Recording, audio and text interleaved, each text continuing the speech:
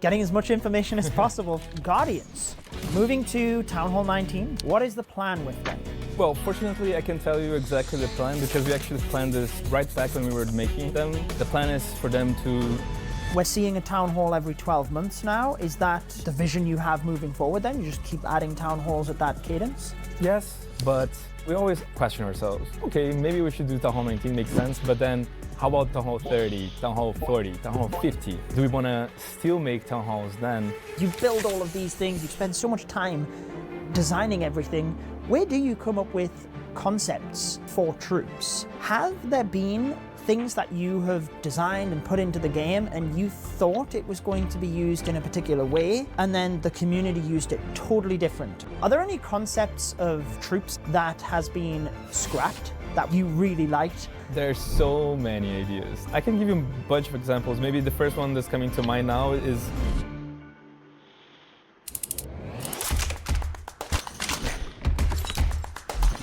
Alex, thank you so much for joining me. Of course, happy to be here. In sunny London. I can say that today because it is actually sunny.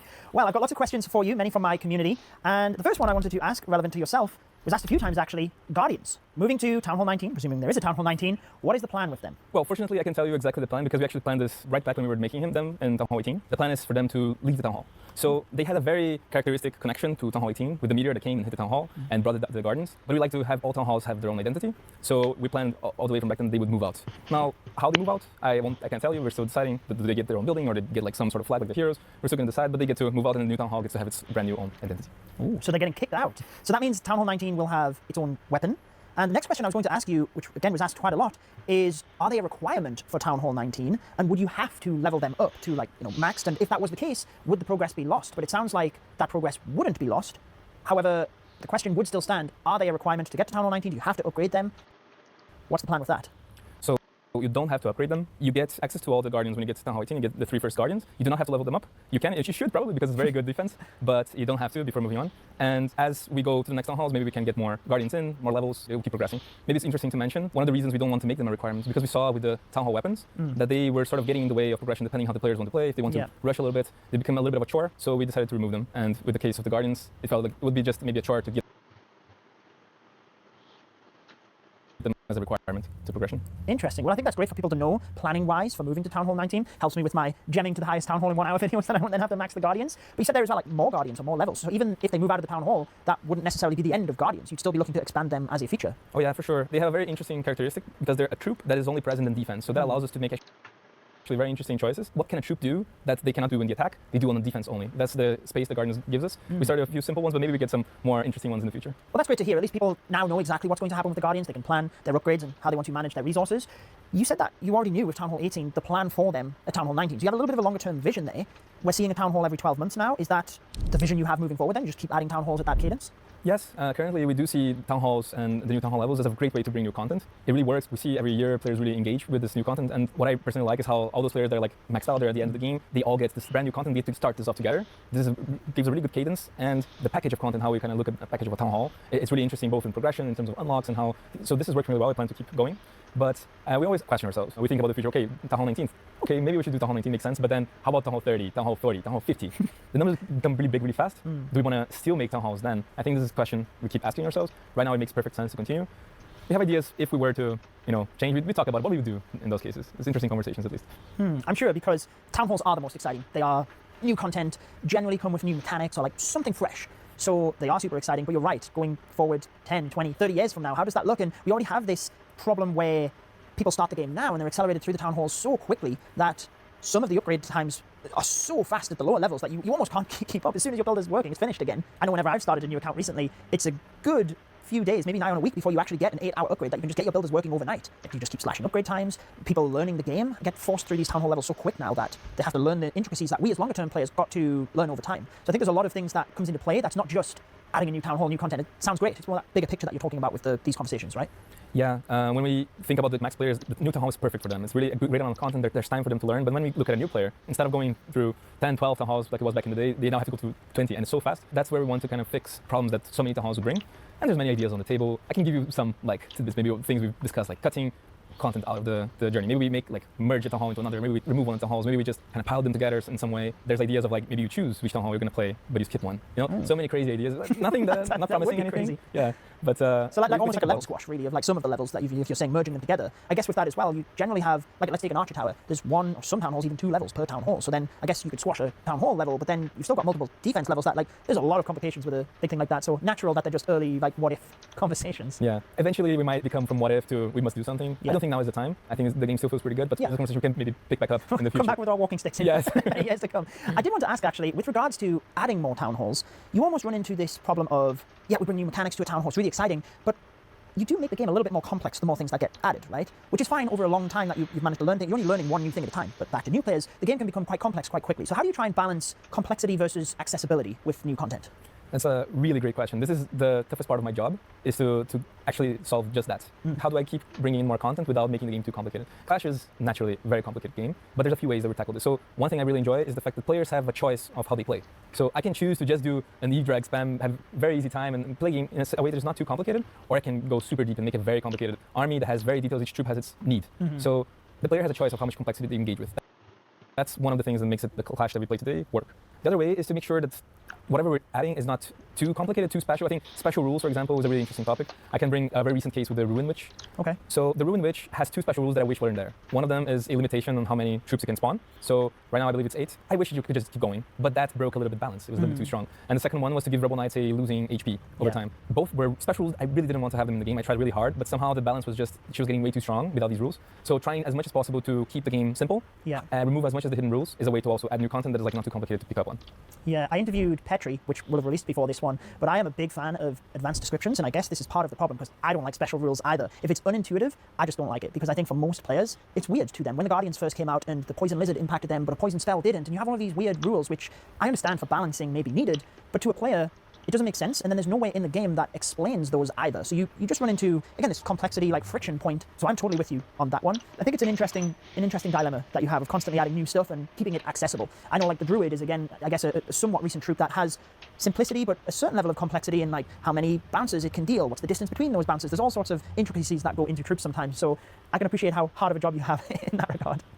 I did want to ask about, you briefly mentioned long-term Town Halls, maybe it's level squash, like whatever that long-term solution is. And in terms of complexity and accessibility, one thing that you started a few years back was merging defenses. And that was to tackle the ever-growing expanding base and things. But one issue I think that has led to, or is starting to kind of rear its head a couple of years in, is now there's just so many major defenses. I remember you even talking about with the Builder Base before Builder Base 2.0 that it just came into this massive death ball of like huge defenses that you had to plan for. And we're almost starting to see that in the home village. You only get 30 seconds to scout. Now, on top of monoliths, scatter shots, inferno towers, you've got ricochet cannons, multi-archer towers, super wizard towers now being super effective. What's the plan for merging defenses moving forward? Because it feels like there's just so many major defenses around the base. It's a good question. Merging defenses was a really interesting idea. When I first came up with the concept, the team was really excited about it because it opened all these interesting possibilities, but growing the village was always like a big question. And like, this is a really interesting way for us to keep the village size that is appropriate. Some would say still a bit too big. It's a little bit too many buildings still, depending on the player, but keeping the size manageable, but keep it progressing. So that was a really cool thing we were able to do with merging defenses. The question of them becoming strong, such as the multi-archer tower and the ricochet cannon. The plan is that those defenses that were merged back in Town Hall 16, they would slowly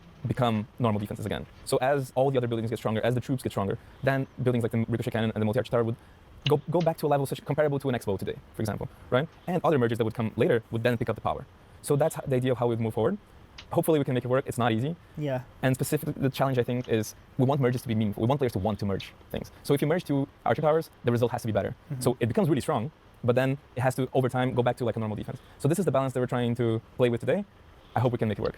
Yeah, that's difficult because you equally can't just make a sudden shift, right? Like you almost have to, over time, be incrementally increasing the ricochet cannon. But if you didn't have that longer-term vision in mind, maybe you'd actually give it some more stats, right? Because if you all of a sudden one Town Hall didn't really give it a new level or something, like it would, that sudden shift might be weird. So I guess it is something that you've slowly got to go through, which is, yeah, I mean, it's interesting. I can't think of anything better. I think it's the only play, but it makes sense as well. The Expo, even in itself, it's still fairly powerful, but it's not like the lower town halls where you really had to plan for it. And I guess even the Monolith now, right? Like a Town Hall 15, that was like, oh, all eyes on the Monolith. Now, it's still major defense, but it's just kind of like merged in with the others. Or not literally merged, but like, whatever. Maybe we'll see super mergers in the future. If the cannons become like normal, and then they'll merge to the... We can merge I don't want to put ideas in your head, don't worry. We'll merge a ricochet cannon into a multi-archer tower and make like shoot much stuff, yeah. We'll see where it goes, yeah. You have merged multiple defenses before, though, I guess, with the multi-gear tower and even the Eagle Artillery into a Town Hall. In fact, with that one, Town Halls 17 to 18 almost changed altogether again. So you almost merged the defense away and led to like less complexity, I guess, in that regard. Yeah, the merging kind of mechanic was a really great way for us to manage complexity. So Eagle has been there for a very long time, and it really dictated how players attacked. Like was always something they would look at the base to kind of decide how to attack. That is part of the complexity. So if I have the Eagle and then I have the Monolith and I keep adding more very important defenses,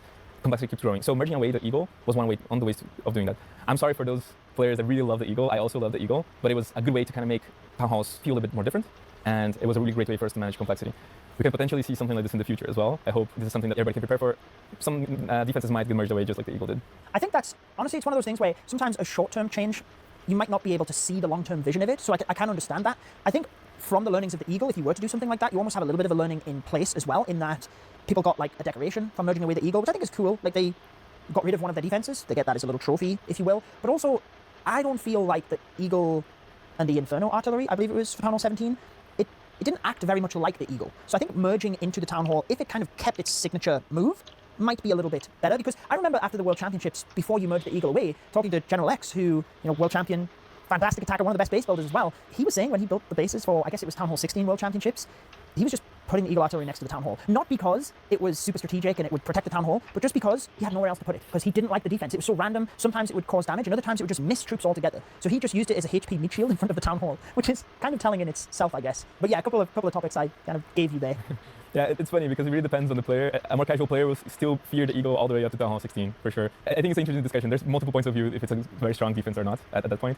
But I agree with you in terms of merging into the Town Hall. It didn't keep its kind of essence as much. Yeah. The idea was, well, you have the multi-Inferno from the Town Hall 16, and you have long range from Eagle. Can we combine it in a way that's like, well, it's still hitting multiple targets, it still has some area damage, but then it has also more range. That was the middle ground. I don't think we hit the spot at that one, I admit. I think we can do better if we do something like this next time. Yeah. You have these kind of long-term visions in mind of the merge defenses, but you also have this problem of Town Halls getting stronger, more Town Halls. Like, is there a way you could utilize the content you already have? New game modes, new gameplay within the current game that keeps things accessible, doesn't add to these longer-term problems? What type of content are you interested in the future? I'm really interested in reusing the content we have in Home Village in different ways. I'm specifically really interested in limiting the content. So imagine a specific type of attack where you can't use all the troops. You actually have a specific set of troops that you get to use, and you have maybe a specific set of defenses, not all of them available. I feel like this is a very interesting way for us to reuse the content we have in the game. I just haven't figured out what that is. Is it a new game mode? How do we do that? That's the thing that I want to figure out. But I think there's so many interesting ideas of like how to use this content in different ways. Really excited about figuring this out and finding a place for this. But we also have many other ideas of new content types. Like we introduced equipment a few years ago. Guardians is the brand new one with Town Hall 18.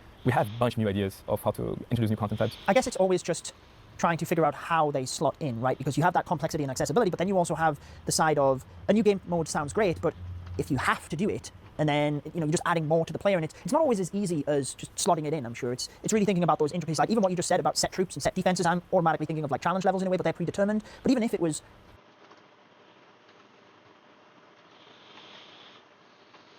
In the western lands of Mahidor, the Eshrashar Empire began conquering neighboring kingdoms following Cardion's coronation. Amidst all this war, there was a mercenary who preferred to hide his own past, because those memories had left a deep mark on him. It all started a long time ago, when the Proto got the news that he had to get married. He asks what his father means by that, and his dad replies that his partner will be the young lady of House Wibben. He explains that she is 16, very pretty, sweet, and enjoys gardening. Man, I want a wife too, lucky jerk of a Proto. After that, his father leaves the room. He remembers his dad saying she'd be a good wife, sighing that, at only 14, he's marrying someone he's never seen. Hey, if she's pretty, it's all good. Enjoy it, bro. He gets anxious thinking about how such a big decision could happen so suddenly. Surprised by the whole thing, he can't believe he's actually getting married. Elric couldn't make sense of his father's words, as that sudden marriage made no sense to him at all. His biggest question was why such a proud noblewoman would agree to something like this. He couldn't understand why she'd marry someone from a simple merchant family like his. She's pretty and noble. No need to overthink it, my friend. On the day of their meeting, the young lady approaches dressed as a bride and says it's a great pleasure to meet him. Looking at her, the boy falls head over heels in love. She then introduces herself formally as Tyria Wibben. The boy notices her blonde hair and her gentle light green eyes, which look like fresh little sprouts. He notices her very fair skin and her red lips, bright like cherries. For the young man, the only way to describe her at that moment was as someone extremely mysterious and elegant. The young man is snapped out of his thoughts when they tell him to greet her, making him stutter out of embarrassment. Feeling very awkward, Elric bows bows slightly and stutters that it's a pleasure to meet her too. Although he was very confused by the situation, a very clear thought crossed his mind at that moment. Now that they were married, he realizes he'll spend the rest of his life by her side. Looking back, the young man realizes that warm feeling was his very first true love. Whoever drops a comment and a like will find true love too. Shy and unable to stop smiling, he tries to hide his red face as they exchange rings. He even puts on a serious, stern expression just to hold back the silly grin that wanted to break out. The problem was that, without realizing it, his attitude ended up creating a huge misunderstanding. Elric had no idea how much his serious face would deeply hurt her feelings. The scene shifts to a very rainy and dark night outside a large, luxurious mansion. Inside one of the rooms, a single lit candle quietly illuminates the space. Elric looks at the ring on his finger and thinks that despite it being a very sudden marriage, such an elegant and refined person was now officially his wife, which made him very happy. He recalls once more the moment his father revealed his bride was the young lady of House Wibben. The young man gives a soft smile, thinking about how lucky he was to marry someone so amazing. However, no matter how much he tries to analyze the situation from every angle, it all seemed way too strange.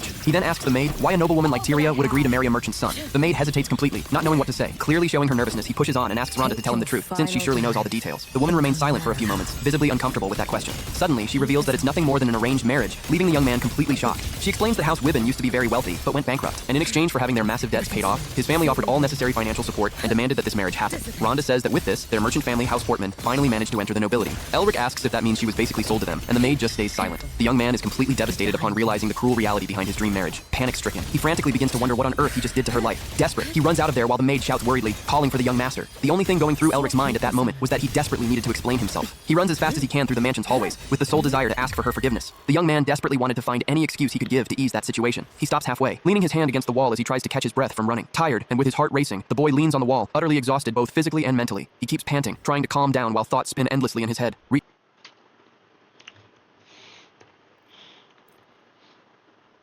After defeating the final monster with a single sword stroke, the young man could finally relax. He whispered to himself that he had finally escaped that exhausting hero destiny. This was the moment he had longed for, a dream where he would never have to hold a sword again. But strangely enough, he opened his eyes once more. What the? The guy was dazed and incredibly confused. What the hell? Didn't I die after completing the final gate? Putting that aside, he had to deal with the old man in front of him first. He's so full of energy. Look, he's even gripping my finger. The woman beside him laughed brightly and said, Ian, you can't wake a sleeping baby. Even the baby, Riley, couldn't cry. The whole scene was completely bizarre. The protagonist was startled. What the hell was with these tiny cute hands?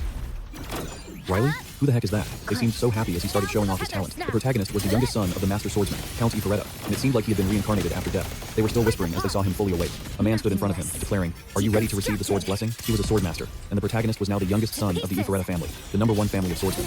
And the blessing of a sword? Yeah, he could have guessed that. Everyone was buzzing about this kid, saying they could already imagine him holding a sword. Did you polish Riley's sword yet? It will be the pride of its new master when he becomes a swordsman. Even though he was just a baby, the protagonist, definitely not. No way. He had lived a previous life and decided once and for all that he wouldn't hold a sword again. That was his promise to himself. So now, being reincarnated as the youngest son of a family famous for swordsmanship, he felt like, you've got to be kidding me. This has to be a joke. But no, nobody was joking. They had a bunch of swords hanging from the ceiling. They weren't toys, they were the real deal. It seemed like they wanted him to adapt to swordsmanship from a young age. As expected, they wanted the protagonist to pick up a sword as soon as possible. Look at young Master Riley. I bet he already loves holding a sword, they said. The guy was dumbfounded, wanting to laugh and cry at the same time, seeing them jump to conclusions while he couldn't do anything. Now, seeing a sword felt even scarier than seeing a ghost. Stuck as a literal baby, he could only wail. I've held a sword once already. I don't ever want to hold one again. Why couldn't I just stay dead? This reincarnation situation is truly ironic. 19 years passed in the blink of an eye. The Iferetta family was choosing a successor, and the important figures finally arrived. The Iferetta family was a clan blessed by the sword. To this day, many knew them for their swordsmanship, and that wouldn't be easy to judge just by looking at these candidates. The eldest son, Lion of Iferetta, carried pure and powerful strength. True to his fame, he was the one who made a crucial contribution in the battle. The second son was Lloyd of Iferetta. Unlike Lion, he was someone no one could defeat in terms of speed, a god of speed. They said he could cut through falling raindrops. Anyway, there was still one youngest son. But as the rumors went, the youngest son was completely useless. Even though he was an Iferetta, he didn't even hold a sword. People said he was lazy by nature. It was embarrassing for the Count's reputation to have him. He refused to touch a sword, and that reputation faded, leaving only a reputation for laziness. Upon hearing this uncle seemed incredibly angry. The third son of the Iferetta family, our protagonist wasn't born into this family just to be lazy. They told each other, he's just a good-for-nothing who shouldn't have been born into the Iferetta family. But he essentially said, don't you ever say anything like that again. The uncle was deeply frustrated, defending the young man who was still lying there whistling under a tree, perfectly at ease. According to him, they didn't know the young master was focusing on training even while they were busy flapping their gums. That's what he thought. But in reality, the guy was just enjoying life. He was enjoying it way too much. The uncle didn't forget to add a few more words to defend the young master's honor. He's far from revealing his full potential compared to the eldest and second sons. While he was defending him, the protagonist was just staring at the sky, craving a hamburger like crazy. This is good, but it's a shame there's no Coca-Cola. The old butler insisted that the young master once had superior talent. The more he talked, the more it stung. All that could be seen in him now was a desperate craving for Coca-Cola. He felt that recently, he had been dreaming about his past a lot. The young man thought he had managed to forget everything about his past life, now that he was around the same age. In his previous life, he had accidentally drawn a holy sword that no one else could pull out to prevent the destruction of the world caused by the Demon King. At that moment, when his former ego was lost, the protagonist had fought constantly like a warrior, and he had no choice but to live a life like that. That was precisely why, in this life, he vowed that he would never hold a sword again. Absolutely. Forever. Never again. As he was lying there, just relaxing, old Ian suddenly appeared right in front of him, calling out helplessly, young master. As expected, You are here. Today, it seemed that because he refused to practice, they would soon choose a successor. It was an event that other families would be watching. That day, he protected him with all his might and sincerely reminded him. But the young man didn't seem to care much. He yawned, then nonchalantly said, "Forget it. I'm just a lazy kid." At this point, it was hard to defend him even if he wanted to. The uncle was extremely angry. If you know that, then why? Don't you try to prove those rumors wrong by using your sword? Why are you being so stubborn? Once again, the protagonist let out words that couldn't be more frustrating and indifferent. Why should I fix the rumors when they aren't wrong? At this point, besides being speechless, there was nothing else to say. The uncle was becoming increasingly helpless. How can that be? When you hear about this, don't you have something better than the other young masters? The uncle still insisted that he was not lazy by nature, but very intelligent. It had to be so. But the protagonist looked back at the uncle with a look of complete apathy. "I'm hurt. I'll never hold a sword or anything ever again." Even after he had said that much, the protagonist could still act like that. Honestly, this uncle's endurance was extraordinary. If it were me, my blood pressure would have dropped already. Guys, before leaving, he didn't forget to remind the old butler, "Don't pay too much attention to other people's opinions. That's the biggest regret of my life." And just like that, the young man stood there spouting theoretical wisdom as if he were a person who had lived through deep experiences, driving the old man crazy. He helplessly asked, "You've only lived for 19 years, haven't you? What was meant to happen would happen. I wish you a hearty meal." They said to each other, "My lady, the selection of the successor is coming up. Young Master Riley must compete as an heir. Doesn't he know he can't just sit there like that?" They also felt the protagonist deserved as much. They believed he wasn't from any other family. He was the youngest son of the famous Ifareta swordsman clan. Standing before his mother, the protagonist felt helpless, because even she thought like the uncle. But his mother said something incredibly touching, hoping only that Riley would be happy. "I want my son to find his own happiness, without being burdened by the Ifareta name." This remark from his mother made the protagonist tear up and feel touched. True, he was lazy, and that just made him even lazier. Uncle Ian asked, "To be honest, my lady, aren't you angry? But why are you like this? The eldest and the second son are also the only ones. Don't you want to talk to young Master Riley once? I don't know if this is really for the best." According to Uncle Ian, the protagonist was a truly brilliant person. He had learned to speak faster than anyone else in the family by the time he was 1 year old. He had the most amazing qualities compared to any of them by age 2. At an age when he couldn't even walk, the uncle had tried testing him. The protagonist was the first person born with such amazing qualities. He was the only one who could read advanced books at that age, and he even kept demanding more advanced ones. But those books were professional medical texts. If he was that smart, he should be picking up a pen. He pleaded with the lady to help him, but Riley was completely nonchalant. He was actually feeling incredibly satisfied with this, having a poor Ian and a mother who could be a fence for the family. With this life, he would never have to hold a sword again. Suddenly, his mother coughed up blood and kept calling her son's name. She kept saying incredibly strange things. "My husband, please try your best. My husband, you. Can you hear me?" The protagonist was ice cold, calling out to his mother in agony. Something clearly went wrong. His mother was vomiting blood repeatedly. Everything felt so surreal. Why was this happening in this life? He wasn't holding a sword, nor did he have any real responsibilities. Yet everyone seemed so happy. However, his mother had suffered this incident, coughing up blood incessantly. The situation was truly critical. She needed emergency treatment immediately. Suddenly, a whisper echoed in his ear. "It's finally done. The things that bother me will disappear." It was a weak, faint voice, but he was certain who had poisoned his mother. She was threatening the peaceful life he desperately wanted. It was his father's first wife, Orly. Never since he was born had Riley felt this level of fury. The butler was still panicked, continuously crying out, "Young master, I've stopped the bleeding by applying pressure to the artery. I can't just stand here and watch anymore." The protagonist told the butler, "Leave my mother to me. Go call a doctor." Ian was flustered, unsure if the young man could really do anything for the madam. Nen didn't seem confident about leaving her in his care. At this point, there was nothing left to hide. The protagonist firmly insisted, "Don't you understand? You've seen me reading those advanced medical books, haven't you? I will treat my mother and take her back to her room." It seemed his mother's condition was getting worse and worse. The butler couldn't just stand by and watch, so Nen immediately rushed off to call a doctor. The protagonist asked for one thing, a wooden sword. He ordered the butler to get him one, which shocked the man. The protagonist had truly done everything he could for now, and the next step was to uncover the secrets behind this. Ian seemed to share the protagonist's thought that someone had definitely done this on purpose to assassinate his mother. He assumed, they will come after her soon. I think we need to investigate further to find out who is really behind this. As of now, I don't think we can identify the culprit. I apologize if I didn't realize it sooner. This was also the first time the protagonist was this serious. He spoke with genuine sincerity. "Ian, you know about my dream, right? In that strange world, there was a saying, never wake a sleeping lion. I'm going to the training room." This decision of his left everyone stunned. Before leaving, he didn't forget to tell the butler, "Take care of my mother." He wished to live as happily and as long as possible while being next to the person who mattered most to him. But how dare they try to destroy his only wish? At that moment, he once again encountered his father's first wife. He called out loudly in a warning tone, "I was looking for you, and I didn't expect you to be here." Seeing Riley, she turned around and flashed a smile that couldn't have been more fake. She even offered a few superficial greetings that no one was happy to hear. "Oh Riley, long time no see. How is our lazy young master doing these days?" Responding to her scornful question, the protagonist was equally sarcastic. "The only thing about me is that I'm doing very well, thank you, auntie. Of course, not just me, my mother is also very healthy. We'd like to thank you for that." She seemed to grasp Riley's implication. Though annoyed, she had to force a confident smile. "Oh, kid, I am the madam of this house. That's the least I can do, right? Regardless, I'm more worried about Iris. The only son she had was someone called the Lazy Swordsman, but she guessed the Lazy Swordsman had grown up now, hadn't he? Seeing that wooden sword in your hand, perhaps there has been a change in your heart, somehow?" To counter all of her devious remarks, the protagonist replied nonchalantly, "I think I smell a scent on you, auntie. The same scent that was in my mother's soup." She didn't hold back anymore and answered directly, "You have a sharp nose." "That's true. I was simply curious about today's menu." As someone everyone looked down upon, he was now standing up to protect his mother. It was natural for them to show such attitudes. However, Riley didn't seem to care about that at all. He laughed foolishly. "Haha, this doesn't sound like your habit at all, madam. A tiger will sleep peacefully if no one provokes it. However, you've disturbed the tiger's den." She replied calmly with a hint of challenge. "It's funny that you are the one saying that. I think the one acting strangely is you, Riley. People think others die when they change suddenly, so don't try to do anything stupid and just stay quiet, just like you've always been, until now." She seemed to still be tracking every move of the protagonist, and even had people following him. The protagonist arrived at the training ground after meeting her. That was the training area. According to their information, it seemed he didn't even know how to hold a sword. This made them feel extremely delighted, because the nickname Lazy Young Master was perfectly fitting. She felt the protagonist was truly pathetic. How could that useless brat say that to me? There's no reason to waste more time. Let's finish this tonight. She had sent people to do something shady, and instructed them not to let Riley catch them. They became even more confident when they saw the protagonist lacking so many skills. But while her men were following the protagonist, he seemed to have sensed something. He felt as if he could see him in a truly marvelous way, as if he were quietly waiting for something else. She suggested this person go to Riley's room. While they were sneaking around, the protagonist welcomed them quite enthusiastically. What took you so long? The protagonist's innocent question left the man standing there completely stunned. Riley declared, I've been waiting for you since I was at the training ground. Someone who didn't know how to hold a sword, according to their knowledge, was not supposed to be like this. The first wife's henchman turned out to be an idiot too. He wasn't even sure if he could feel any presence here. Riley really was as elusive as a ghost. However, the man was still confident that the protagonist would be no different than he was at the training ground. Perhaps he had done that on purpose. The guy froze completely when he felt a single sword strike shatter the floor. It was certainly not as ordinary as everyone thought. At this moment, Riley was ready to confront him, saying, What are you doing?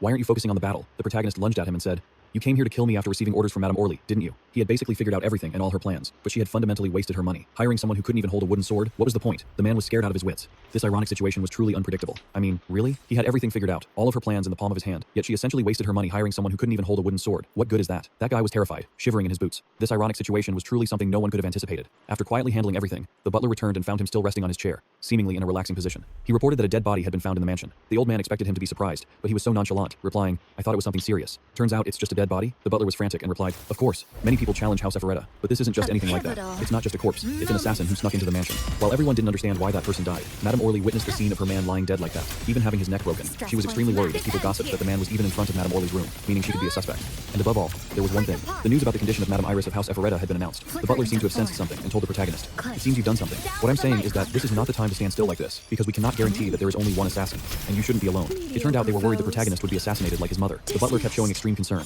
saying, I don't know about others, but especially you. I don't think you can fight off intruders. Hearing him speak as if he were such a useless person, Riley felt a bit humiliated. He stood up, scratched his head, and said, I can protect myself, so you should focus on my mother's safety instead. When the butler heard him answer like that, he was incredibly surprised. He even gave the butler, Ian, something and instructed him, use this to brew tea for my mother. It works quite well. And above all, don't lose it because it's very rare. He froze for 5 seconds before this action and also tasted it. Riley asked him like a declaration, Do you think I'm just playing? I have busy moments too. Someone who spent all day just lying around and enjoying life. Who would have thought he would change like this? He told the butler to return to his mother's room, but it seemed the man was still worried about the protagonist after the recent assassination attempt. He was actually planning something to do. The father gathered everyone in the family and asked, Did you find anything, children? The men stammered in their response. My lord, we've searched every corner of this land, but found nothing unusual. Considering how he walked in unarmed, I think he underestimated us. Perhaps someone on the inside is helping him. The lord sat, silently analyzing the situation. From now on, decide to inspect the entire IPA village. One of the men suggested that, based on his attire, he was likely a thief or an assassin, a detail worth investigating. Lady Orly was the most anxious of all. Her plans had been going quite smoothly, until someone interfered, though she didn't know who. She gritted her teeth, cursing. How could everything turn out like this? As the household members discussed it, she grew increasingly nervous. They analyzed that the dagger he carried was missing, meaning someone in the villa must have picked it up. The more they talked, the more problems they found, and the person most anxious was her. The protagonist maintained his daily routine, doing whatever he wanted, but never forgetting to relax under the tree. He took the chance to ask, How is my mother doing? The old man replied nonchalantly, She's doing well, sir. Thanks to the herbs you told me about last night, the lady is feeling better now. Riley, eyes half closed, replied, That's good. As long as she's healthy, I'm going back to sleep. The old butler pleaded, Young master, is this really the time to be idle? You can't just swing your sword a few times and give up. Ultimately, it should be used for things that need doing. Riley replied lazily, It's better if everyone knows when to give up. Can't I hold a stick instead of a sword? He lay down and saw a ripe apple on the tree, too lazy even to climb up and pick it. Ian, I think that apple on the tree is ripe. Get me one. If there were a ranking for lazy people, he would definitely be number 1. The butler was confused. You mean that one? But there are plenty in the kitchen. Looking up at the tree, the protagonist felt the butler had realized something. It was a sword he had hidden there. The butler tried to look closer, threw a brick at the tree, and a sword fell down. Ian was shocked. What is this doing here? It's a dagger. It has the same symbol and sheath as the one that assassin used. The failed operative was a member of the squad currently on the carriage. After receiving news that number 3 had died, they wondered if it was suicide. None of them had a real theory, only questioning how the body was disposed of. The veiled woman replied, It's being kept at the Alpharetta estate. Orly was in a terrible spot. They decided to head to the IPA village. Her brother wanted to see her directly, but naturally, they couldn't get caught. They would resolve this as quickly and quietly as possible, so his daughter wouldn't face any more trouble.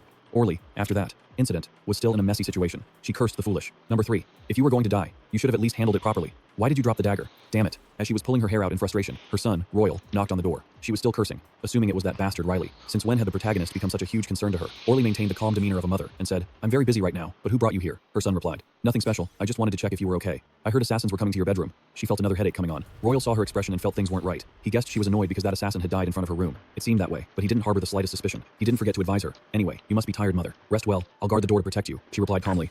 All right then. Seeing you here makes me feel a bit better, Riley continued.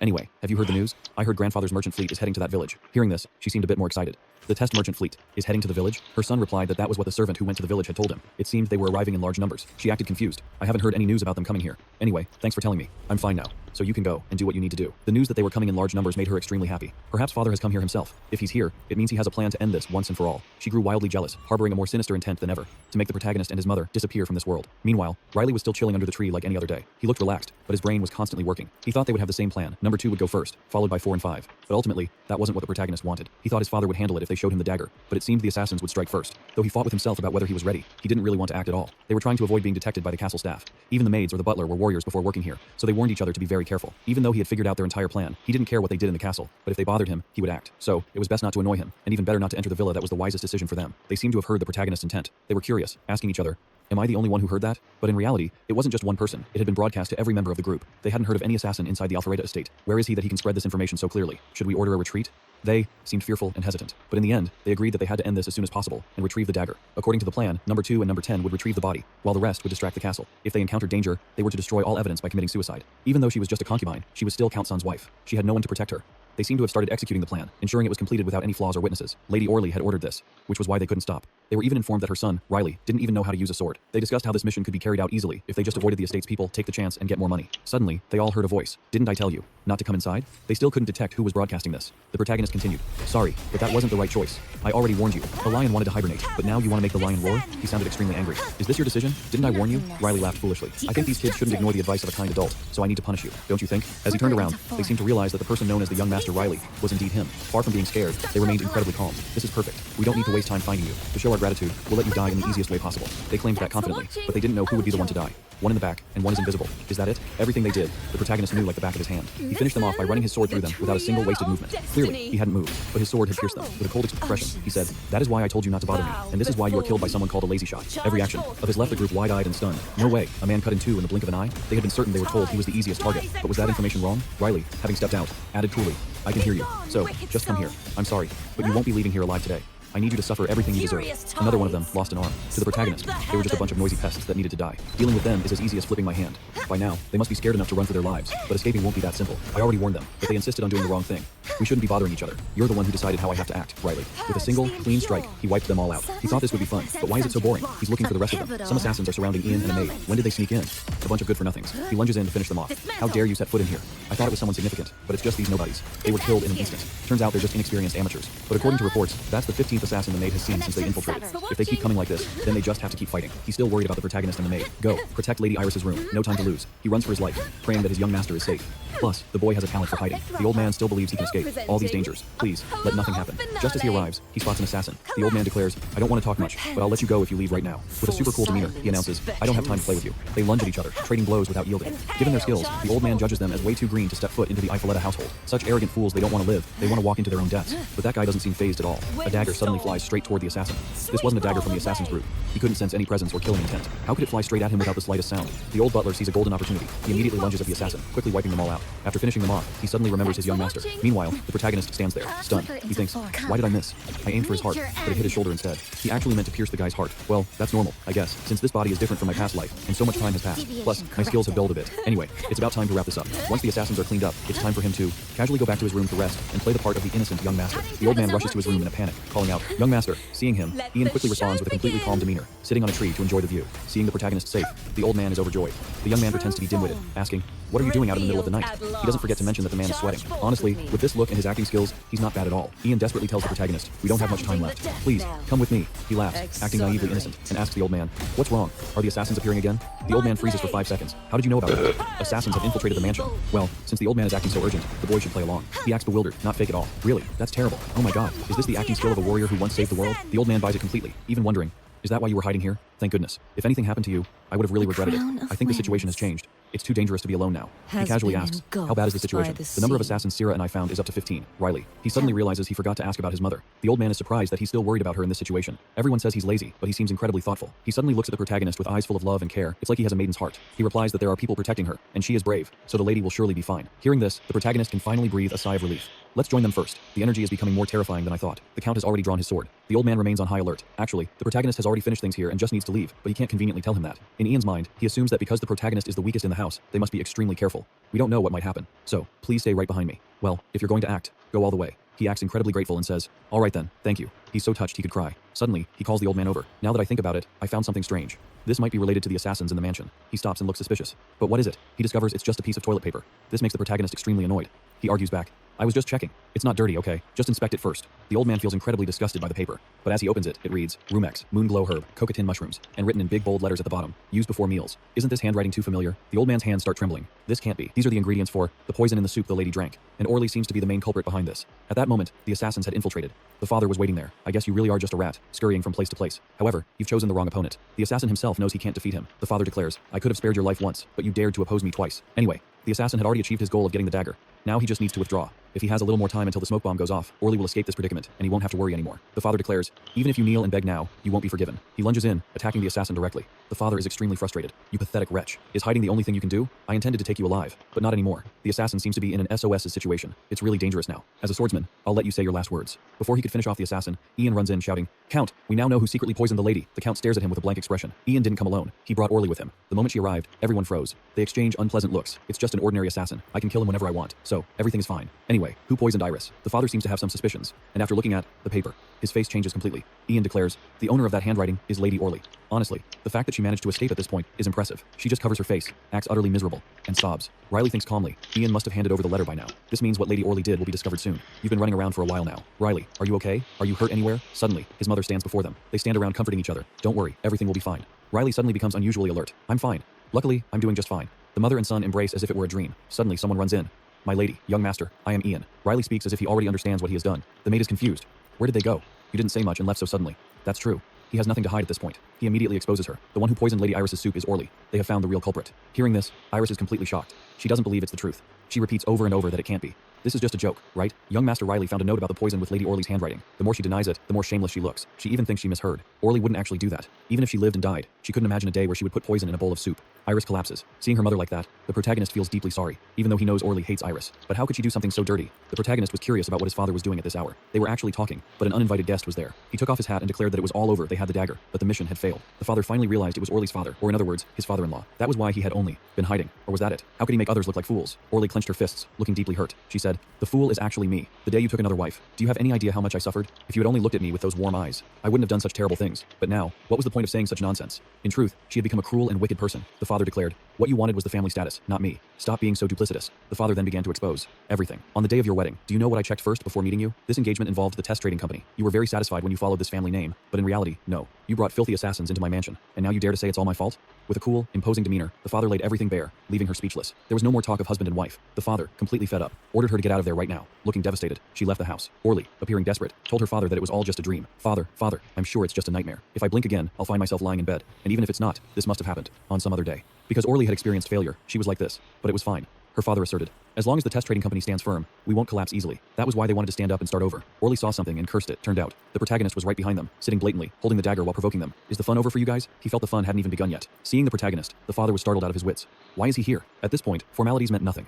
The protagonist was there to see something interesting. He came because he had to continue taking revenge for his mother. Everything Orly did to his mother, he now wanted her to endure it all. Seeing Riley, she was extremely resentful. You arrogant bastard. You are the most useless and pathetic person in this house. What right do you have to open your mouth so carelessly? She raised her hand, acting as if she were powerful, intending to slap the protagonist, but he dodged it slightly. What? You were going to hit me? How terrifying. Do you think that when my father returns, he will let it slide if he sees me beaten? The more he provoked her, the angrier she became. But Orly's father had warned her to control herself. He harbored hatred, saying, you insolent brat. I don't know where you get the courage, but that is your foolish mistake. Who said you could come back to the mansion? He even felt this was good. If he took him hostage, it would be easier to carry out the mission. The protagonist looked like he was thinking, oh, I'm so scared. He even casually picked his ear as if nothing had happened. Old man, because you didn't touch me today, I could let it slide. But that Lady Orly? No way. She threatened my mother and sent assassins, didn't she? She shouldn't have tried to kill my mother twice. At least she must pay for harming my mother. Don't make a scene to retaliate for this today. Seeing that, he intended to deliver a finishing blow to kill Riley. But the protagonist had anticipated his master strike and dodged it. Having hidden his skills, showing them now left everyone surprised. Orly was confused, and told her father, kill that bastard. Truly useless for anything other than ordering others around. They told each other not to leave any traces. Tear him into small pieces. Oh my god. They thought he was someone they could just tear into pieces? The protagonist lunged forward with a wooden sword. This reminded him of what he had experienced in the past. Back then, he had saved assassins and said they were human. Truly, there was no saint like him. Now, fine. From now on, this is considered self-defense. The protagonist declared, don't say anything weird without cause. They surrounded the protagonist from all sides. Sorry, but I won't live like I did in my past life anymore. He cleaned them up in an instant. The band of assassins met their ancestors. No way. It couldn't be. He only swung his sword once, right? He was extremely surprised that the protagonist, with just a wooden sword, could do that. The protagonist approached and told him, this is the second time. You used to be a warrior, so I will give you a merciful death. At this point, he knew fear and pleaded with the protagonist. He was willing to die for his daughter and openly claimed that this child had certainly done bad things, but her nature was kind. She just did it the wrong way. So please, at least my daughter, I beg you, spare my daughter. But she was able to casually poison Iris, the protagonist's mother. How could that be easily forgiven? If it were that easy to forgive, killers in this world wouldn't be thrown into prison by the police. He didn't hesitate and struck. The protagonist felt his body was far different from before. He had actually rested for 19 years, so now there was no other choice. This hand had been stained with blood once again. What's done is done. Being swayed by emotions was a story of yesterday. Now he could safely return. Suddenly a maid ran in to inform the head butler that everything was in chaos. Everyone was extremely worried worried about Riley. They feared the assassins had taken the protagonist hostage because he was the weakest in the house. The uncle still held a belief that he was just hiding somewhere. The maid, still confused, said that the young master had suddenly disappeared from the lady's room. Even if it were the young master, he wouldn't be so carefree as to play hide and seek at a time like this. It was now even more certain that this was the work of the assassins. There was no other explanation. They couldn't just sit still like this. The uncle decided to search around the mansion again. The father felt they were in a frenzy over Riley's SOS situation and had witnessed everything. Ian also didn't know how to explain it properly. What would happen if he told the count, who was in a fit of rage, that the young master had likely been kidnapped by the assassins? Thinking the father would be extremely worried, he instead declared, "That kid was kidnapped by the assassins? How pathetic. No need to go find him, because my house doesn't need weaklings like that." This heartlessness left everyone in the house frozen for 5 seconds. Just after saying that, the protagonist appeared and casually said, "Is everyone looking for me?" Seeing him, the uncle was overjoyed. "Young master, where have you been?" The maid and Ian were deeply worried. The count walked over seriously and said, "Riley, follow me to the study. I heard you were the one who discovered that note." Before he could finish his sentence, the other son rushed in. "Were you kicked out by the lady of this mansion? Do you want to play hide and seek?" He continued to yell angrily at the protagonist. "Don't pretend you don't know. You definitely forged that note." He blamed the protagonist, saying that because of Riley, his mother had been kicked out onto the street. He seemed to have sensed something unusual. What is he plotting? I don't think he knows. This is just an outburst, right? I really don't like being bothered like this. That's enough. The son, Lloyd, kept making a fuss, but the father didn't seem to care much, only lightly reminding them, "I won't say it again." Regardless, it is true that Orly poisoned Iris's soup, and it is true that she let assassins sneak into this mansion. The father told Riley to come in, not actually to interrogate him, but just to ask how he found that note. Such things certainly couldn't have fallen from the sky. So, without hiding anything, he spoke up. "To be honest, I met the assassin who was targeting my mother. You must have heard, father, about me practicing with a wooden sword a few days ago at the training ground. I said I didn't even know how to hold a sword. That very day, the assassin ran towards me, and I tried to confront him with a wooden sword in my hand. I escaped, then returned, but by then, the man was dead. I found the note in his sleeve, and that assassin was sent by Orly. At this point, only the son, Lloyd, insisted on protecting her, thinking she wouldn't be the one to do such a thing. The father only gently replied, "I understand how you feel, but she let an assassin sneak into this prestigious mansion. That is why I kicked Orly out. Standing here arguing won't solve anything." The father dismissed the two sons to return to their rooms, adding, "Riley, come to the study tomorrow to meet me." He had something to say. Just as he opened the door, he saw his son, Lion. But it seemed that since childhood, the protagonist had been looked down upon so much that no one wanted to look at him or talk to him. To the protagonist, they were just a bunch of cheapskates. The two sons met, and one said, "I don't think he's lying. As for mother, how unfortunate. But there's nothing I can do. We can't let our emotions cloud our judgment on this one. To be honest, I'm actually grateful to Riley. Even though we don't get along, we have to admit he made a massive contribution. After all, they're just trying to protect their mother. But the fact that she sent assassins is a crime that can't be excused. I feel bad for him, but what can you do?" The son just wanted to protect his mother, but he couldn't stop her. She truly made a mistake. His older brother Lion patted his head and said now isn't the time. The heir hasn't been decided yet. What happened with their mother can be dealt with after the successor is chosen. Once he wins the race for the title and claims the Eiffel name, he'll set everything right. Honestly, that kid is a real pain. But you can't deny that father has placed high hopes on him. Think about the future. They both made a firm decision to topple Riley. Once they are in power, they will bring Orly back to the mansion. The day finally arrived when their father asked to see Riley privately. Ian was acting incredibly urgent, saying that the count wanted a private meeting with him, right? I should have known sooner. I apologize for the delay. He kept fussing over the protagonist, trying to make him look sharp before meeting the count. Good grief, he's overdoing it. After grooming him to look dapper, he didn't forget to praise him, saying he looks 10 years younger now. He was already a kid, and now he looks even younger. The protagonist just couldn't handle it. His hair was slicked back with gel, and he looked more like a middle-aged uncle than a 10-year-old boy. He didn't forget to give him advice. "Master, this is your chance. Now that Lady Orly has been kicked out of the mansion, you can turn this into an opportunity to compete for the succession." Just thinking about it made the uncle's eyes shine. He felt like this was a once-in-a-millennium opportunity. But the protagonist didn't seem interested at all. Ian insisted that this might be the count's way of testing his abilities. "Didn't I tell you before? You are truly more talented and amazing than anyone else." Before entering the count's room, Ian didn't forget to cheer him on as if he were heading into battle. That guy is truly too much. Their father had never spoken to Riley so seriously before. Everyone had been looking at him with nothing but contempt. Their father ordered the protagonist to move out of the mansion. Good grief. What on earth? He wanted to hide in a hole just hearing that. He didn't even give the protagonist a moment to think. Their father declared that this was a mandatory order that had to be followed. He was actually very confused, not understanding what was happening. "Wait, what do you mean, father? Are you asking me to move out?" Then, the father handed Riley a piece of paper, detailing the Royal Sword Fighting Tournament, to be held next month. The 17th Royal Sword Fighting Tournament will be held soon. I am extending an invitation to one of the children of the family, known for their exceptional swordsmanship. I hope you will participate and share your valuable experience with the tournament. From the royal family of Orlaya. This was the 17th tournament, starting in a month. The protagonist knew that even he could participate. It was like he was being told, "You must participate in this tournament." But wasn't kicking him out of the mansion a bit too extreme? The young man scratched his head awkwardly and replied, "Well, father, you know what I'm going to say. I'll gain experience from the tournament, but I don't really need more experience, right? My brothers have all participated in that tournament before. Can't they go again? Isn't it a great tournament? This letter was sent to you. Don't you realize this is a call of love?" The protagonist really just wanted to run away from these useless tournaments. He just wanted to lie around and enjoy his life. He thought about closing his eyes and crying just like he did in chapter 1. Riley was firm. "I'm not going. I won't participate in that tournament. I don't have the ability to compete." The father was helpless. "How much longer do you want to delay this? Don't let this opportunity slip away." But the father was just as determined as he was. "I tried training with a wooden sword, and Mom was very worried about me. I even saw Ian's face that day.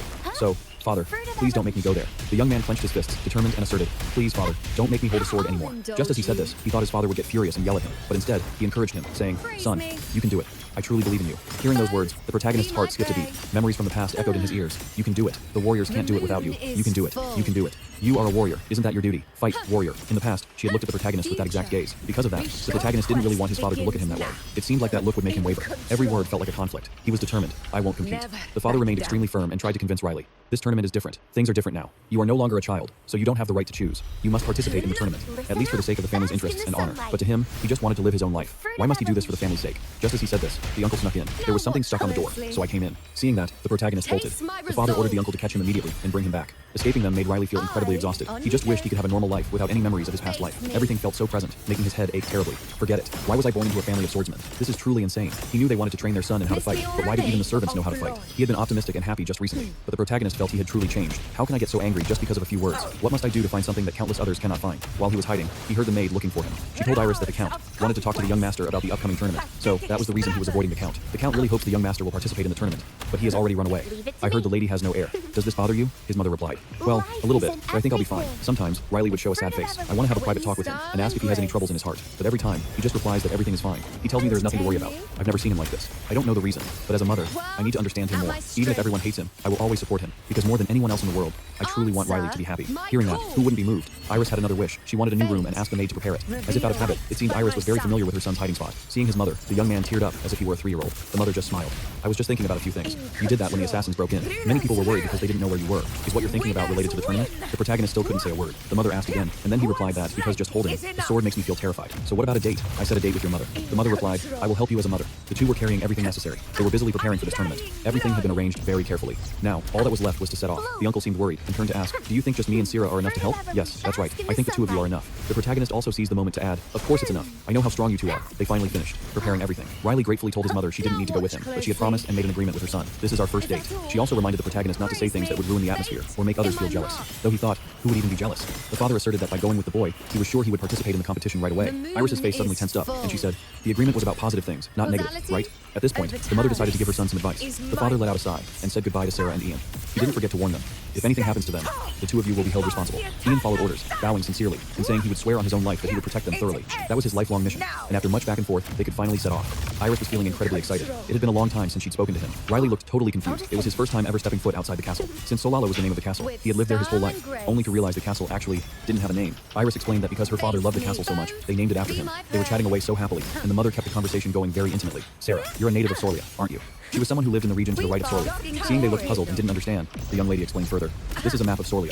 The only thing at the peak of Sorlia is the castle, and this is the wall that protects us from intruders. Isn't Sorlia shockingly huge then? Well, it is a town belonging to a kingdom, so, after all, Sorlia was pretty much just as she had described. The male lead froze for a few seconds. The name Cola made the young man jump in surprise. It was a drink that made you feel like something was burning on your tongue, and it tasted even better with ice added. Just hearing that was enough to make his mouth water. To describe how it felt, it was like a taste of heaven that cooled you down in an instant. Hearing that back and forth, the male lead still didn't understand a damn thing, so he just snapped and growled. Why don't you be a bit more specific? The young lady started asking. Sir, I said it tastes as sweet as wine but won't make you drunk. Not only that, he kept praising it even more. He said it was a divine drink, but when it came to that drink, its color was very common in fact. Its color was even darker. The more he talked, the more he felt like he was going crazy. The young man shouted the two words, Coca. This confusing behavior of his made the young lady jump in shock. Was she trying to convince the male lead to drink alcohol or something? All of the male lead's confusing language could probably only be understood by Ian. Haha, what he's talking about is a non-alcoholic drink. It's a beverage that all children love, even 5-year-olds. If that was what she meant, then that was the taste of Coca. Just thinking about it felt like being on cloud 9, truly wonderful. But then, something happened. While they were in high spirits, the carriage suddenly shook. It was definitely an attack. Just as they stepped outside, the culprits were already gone. They seemed to have fled in some direction. In front of them were many goblins. Goblins? If it were Sierra, she could quickly finish them off, right? But at this point, they had no choice. They could attack from behind. Ian would be in charge of protecting the sides and the rear. Riley declared that she had to trust her young master. Iris's face was just like, seriously? She whispered. Sierra is really too slow. Her stance and sword-swinging technique were both good, but why were they so slow? The male lead needed a sip of coca right now. Seeing Sierra so flustered, he was contemplating whether or not to help. But thinking about it again, damn it, this was really annoying. The young man suddenly shouted, everyone, get out of my way. Up until now, Riley had always stayed in the back to protect everyone, but now he had to rush forward. He didn't want to just stand there and watch. The young man charged ahead, surprising everyone, especially Sarah. She was incredibly panicked. Young master, why are you here? It's dangerous. You need to go back. Seeing Riley using his legs while fighting, the young lady was completely shocked. He thought, finally, I have a chance to drink coca, but it's too late to buy it now. Because of movements like that, her strength and agility were meaningless. The young man began to swing his sword with high-quality precision. She needed to keep her distance and charge straight at the enemy to launch a surprise attack. If we don't finish this quickly, there won't be time to drink coca. Before long, the male lead had wiped out the goblins, to everyone's amazement. However, there were still a few left. He reminded Sarah to be really careful this time. He would take care of them. Ian still couldn't believe his eyes at what had just happened. What was that? The male lead, looking super cool, told them, all right, let's keep going. In just a moment, he had handled the whole situation. Truly, you can't predict what will happen in a lifetime, especially his mother. Had the lady already known about the young master's techniques? While he was dozing off, they had been discussing this mysterious power of the male lead. The mother spoke up. Perhaps so. I don't know much about swordsmanship. I'm just glad Riley didn't get hurt. When she saw him rush toward the goblins, her heart felt like it had stopped. She was really worried about him. But even so, his mother still had one wish, to keep this a secret and remind everyone not to tell anyone in the castle about it, including the Count. They all agreed to this, and finally, they reached Sorlia. The atmosphere there felt incredibly lively. The male lead thought to himself that the last time he was here was a year ago. Iris felt very sorry for Ian. She had actually told him to return to the castle, but Sarah thought that telling him to return was a right choice. He would definitely talk endlessly about yesterday, about everything he witnessed. But, my lady, when we step into Sorlia, we must follow Sorlia's laws. It's wonderful that a place like this exists, Sarah said. Now, they were incredibly excited, but didn't know where to go. The male lead suggested drinking the non-alcoholic sweet wine. That was a great idea, and they all agreed. Sarah excitedly introduced a cafe she often frequented, adding that they sold many things the young master was looking for. Let's go there. While they were still excited and enthusiastic, there was a man watching all their actions, and that was his target for the day. He told the girl, "It's time to pay for your food. Go now. That's your job, you piece of trash." A woman with half her face looking ruined was despised and belittled by him to the point of being insulted beyond words. Standing in front of such a huge thing, the male lead had a chubby face. Does this actually exist? I thought I'd never get to drink it again. This amazing flavor with bubbles dissolving in his mouth and this smoothness. This was it. Coca-Cola VIP Pro Riley. After a long time of not being able to experience such ultimate happiness, he stretched out as if he were in heaven. His mother and Sarah looked at him with very confused expressions. The young man asked his mother for another cup. In front of Sarah, the male lead looked like a brat right now. The girl with the ruined half face from earlier was still being bullied by them. She kept screaming, "I told you, I didn't do it. Someone, save me." They thought she was a pickpocket, but it seemed there was some hidden complexity here. She still kept crying out, "I never did that." Sarah felt this was unacceptable. She wanted to step up to stop the person bullying others, but the male lead stopped her and told her not to go. It seemed the male lead had realized something unusual, that it was all just an act. Sure enough, it seemed they were performing a play, and they were even acting very deeply. Riley calmly told Sarah to just sit down. "Young lady, young master. Actually, I still don't understand what's happening. What do you mean by acting? What are these people doing?" He had actually noticed that they were looking at Sarah's sword, and another very logical analysis. If that girl really wanted to be saved, she would be shaking her head constantly, but their eyes were glued to Sarah's sword. This proved they had other intentions. The male lead calmly sighed and reminded the young lady, "The uncle is coming back." He leaned down, looking like he wanted to announce something very serious. "To be honest, I wanted to do that alone if I could. I just wanted to get that ticket. But do you know what happened in the Sorlia Castle just now? The Guangdong sword competition. Tickets for 4 people. After he introduced that he was from the Iffaletta family, the girl at the ticket counter was incredibly happy and kept asking again if he was really from there. Ian continued to confirm. "That's right. Here's the seal and the letter from the count." He thought they would just agree, but who would have thought he'd only be allowed to watch and not participate? The uncle just started wailing miserably like a 5-year-old boy. Riley was speechless, his face completely blank. He didn't know how to console him. He continued to explain. Suddenly, while they were talking, a tall, muscular young man with long, blonde hair came to greet them very enthusiastically. "You're Ian, right? The mercenary hero Ian? Isn't that you? It's been a long time, hasn't it?" It turned out they were acquaintances. The uncle didn't even remember the last time they had met. The guy also asked if he was doing well and if he had come there for the sword competition too. It turned out they all came there for the sword competition. He even thought this uncle had a family already, but Ian was just the butler of the Iffaletta family. He stood there stunned. "You're the butler of the Iffaletta family? So who do you serve? Is it the greatest swordsman, Lee? Or the speed swordsman, Lloyd?" He said things like that, sarcastically implying that he must be serving the count. Given his age, this was highly likely. Haha. The uncle heard it and was quite bitter, but he still calmly replied, "Ahem. When will it be the audience ticket turn? I wonder how much more time this is going to take," Riley asked, hearing all this. "Are we paying for the audience's tickets?" Hearing the name Riley, the blonde uncle looked suspicious. Isn't his nickname the lazy swordsman because he's actually lazy, or what? The uncle started crying again. "You don't know how embarrassed I was. In front of my old friend, it was so shameful. How could he look at a famous mercenary warrior with such pity? Boo hoo hoo. If Lady Iris hadn't made me keep last night's events a secret if she hadn't done that, I wouldn't be. So humiliated today. Good grief, this is so frustrating." The uncle continued to wail miserably. Morning had arrived, and the group gathered once more. Upon seeing the protagonist, Sarah asked if he had slept well, but he didn't really want to talk anymore. It seemed coming here was a mistake. The protagonist completely collapsed when Sarah announced, "Tomorrow is the sword competition I've been looking forward to. It's my first time watching, so I'm really excited." Riley just wanted to go home, rest, and relax. His mother covered her mouth and giggled. "Oh my, I didn't know Ian had such a sensitive side." The protagonist helplessly wailed that for 30 minutes, the uncle had been like a drunk, repeating the same story over and over. By now, he seemed a bit more sober and shyly wished everyone a good morning. They were actually quite confused about where to go today. It looked like they might head to the right side of Sorlia. If they didn't go today, they wouldn't have another chance. As the sword competition started tomorrow and would last for 3 days, the protagonist wondered why they weren't going to the lower region of Sorlia. According to Sarah, the lower region wasn't a good idea. It was dirty and dangerous. It was truly as rumored. Hearing this, Riley lost all enthusiasm. He didn't like going to places like that either. Seeing him go along with it, Sarah was overjoyed. "That's a wise decision, my lord. Let's get going then." His mother was also looking forward to the trip, so they didn't delay and set off immediately. However, the atmosphere felt very quiet. This was the Temple of Sorlia, which displayed its power by worshipping the goddess, Ines. It was a place for the wounded and sick to receive treatment using divine power, or to predict the future and upcoming disasters. Iris also owed a debt of gratitude to this temple, so she came to give thanks and take a tour. The protagonist was curious and intrigued by the temple. He started to feel that the atmosphere on this side and the other wasn't that different. Those people here also received prophecies by worshipping God. Would anyone really be willing to throw away their life in exchange for a prophecy? The protagonist's mother went to meet someone. He said that her illness was not something that would recover quickly, but just after saying that, he congratulated Iris, saying it seemed like Ines was protecting her. The mother seemed very grateful. "Thank you, High Priest." Riley was still curious and nosy about the place. "I think they'll be talking for a while, so I'll go for a walk." As he walked, he looked around. It was indeed built beautifully and thoroughly. The uncle introduced that many people traveled from afar just to see the Temple of Sorlia. In his previous life, while visiting the Temple of Sorlia from another place, the protagonist had accidentally met a saint in the temple. Right after seeing her, she had told him, "You were chosen by the sword saint." From that day on, his life began to become extremely complicated. This temple reminded him of his past life. He had met a saint and drawn a holy sword. Suddenly, a woman turned around and greeted Riley and Ian. Seeing her, the uncle greeted her very respectfully. "Greetings, milady." Then turned to ask the protagonist, "Aren't you going to greet her?" But the protagonist thought to himself, "Why should I have to do that?" He added, "If she wants me to greet her, she should show her face first." Saying that, everyone around looked at him with very confused expressions. Ian felt embarrassed and whispered, "Young master, I think she is someone important here." Riley acted cocky and replied immediately, "I'm the son of someone just as important as that lady." The girl seemed to find the protagonist interesting, so she removed her veil to reveal her face. "Isn't it the saintess, Brycia?" Ian bowed respectfully. "Please forgive me for not recognizing you, saintess." "Young master, you should greet her. That's the saintess. She's the youngest saintess of Sorlia. Does this place even have an annoying system of worshipping saints and saintesses?" Seeing the protagonist unmoved, the uncle asked again, "What's the matter with you?" But the protagonist brushed it off. "Nothing's wrong. I was just talking to myself." Riley didn't like the word saint at all. More accurately, he despised it. He remembered years ago when he was chosen by the sword saint and told to use the holy sword to destroy the demon king. The saintess of the past had declared that only a warrior chosen by the gods could do it. The protagonist was their only hope and savior. He thought, why on earth would I agree to do that again? And the young man just turned around and walked away. The uncle was extremely bewildered. Young master, where are you going? At least introduce yourself. Riley showed no interest and said, introduce my foot. I don't even want to look at them anymore. The saintess heard this and was furious, but she only whispered, listen to me. After she said something, the protagonist was shocked and felt completely confused. Why would a saintess be curious about such things? She said, seeing your reaction, I guess I was right. So, that's the reason, huh? How on earth could she be so certain when talking about that? She nonchalantly replied, because your reaction was still very bland, even after recognizing me. What kind of saint is this? The saints I know at least don't talk nonsense like this, but I am still the saintess of Sorlia, even the youngest one. I'm proud of that. Is there something unusual about it? The protagonist had a completely helpless look on his face. Yes, truly a great saint. Then, great saintess, think whatever you want. She went crazy. Excuse me? You already knew I was a saint. How dare you talk to me like that? He still replied nonchalantly, oh, so you're a saint. So what? Upon hearing this, she froze, feeling extremely frustrated and not knowing what to do. The uncle was stiff as a board. Should I kneel and cry in front of a saint? Should I do that? The protagonist didn't seem to have ever been as serious as this moment, while the saintess didn't like this at all. The atmosphere became increasingly tense. Everyone around was shocked by the situation. The protagonist didn't hesitate to share. Sorry, but I hate all kinds of saints.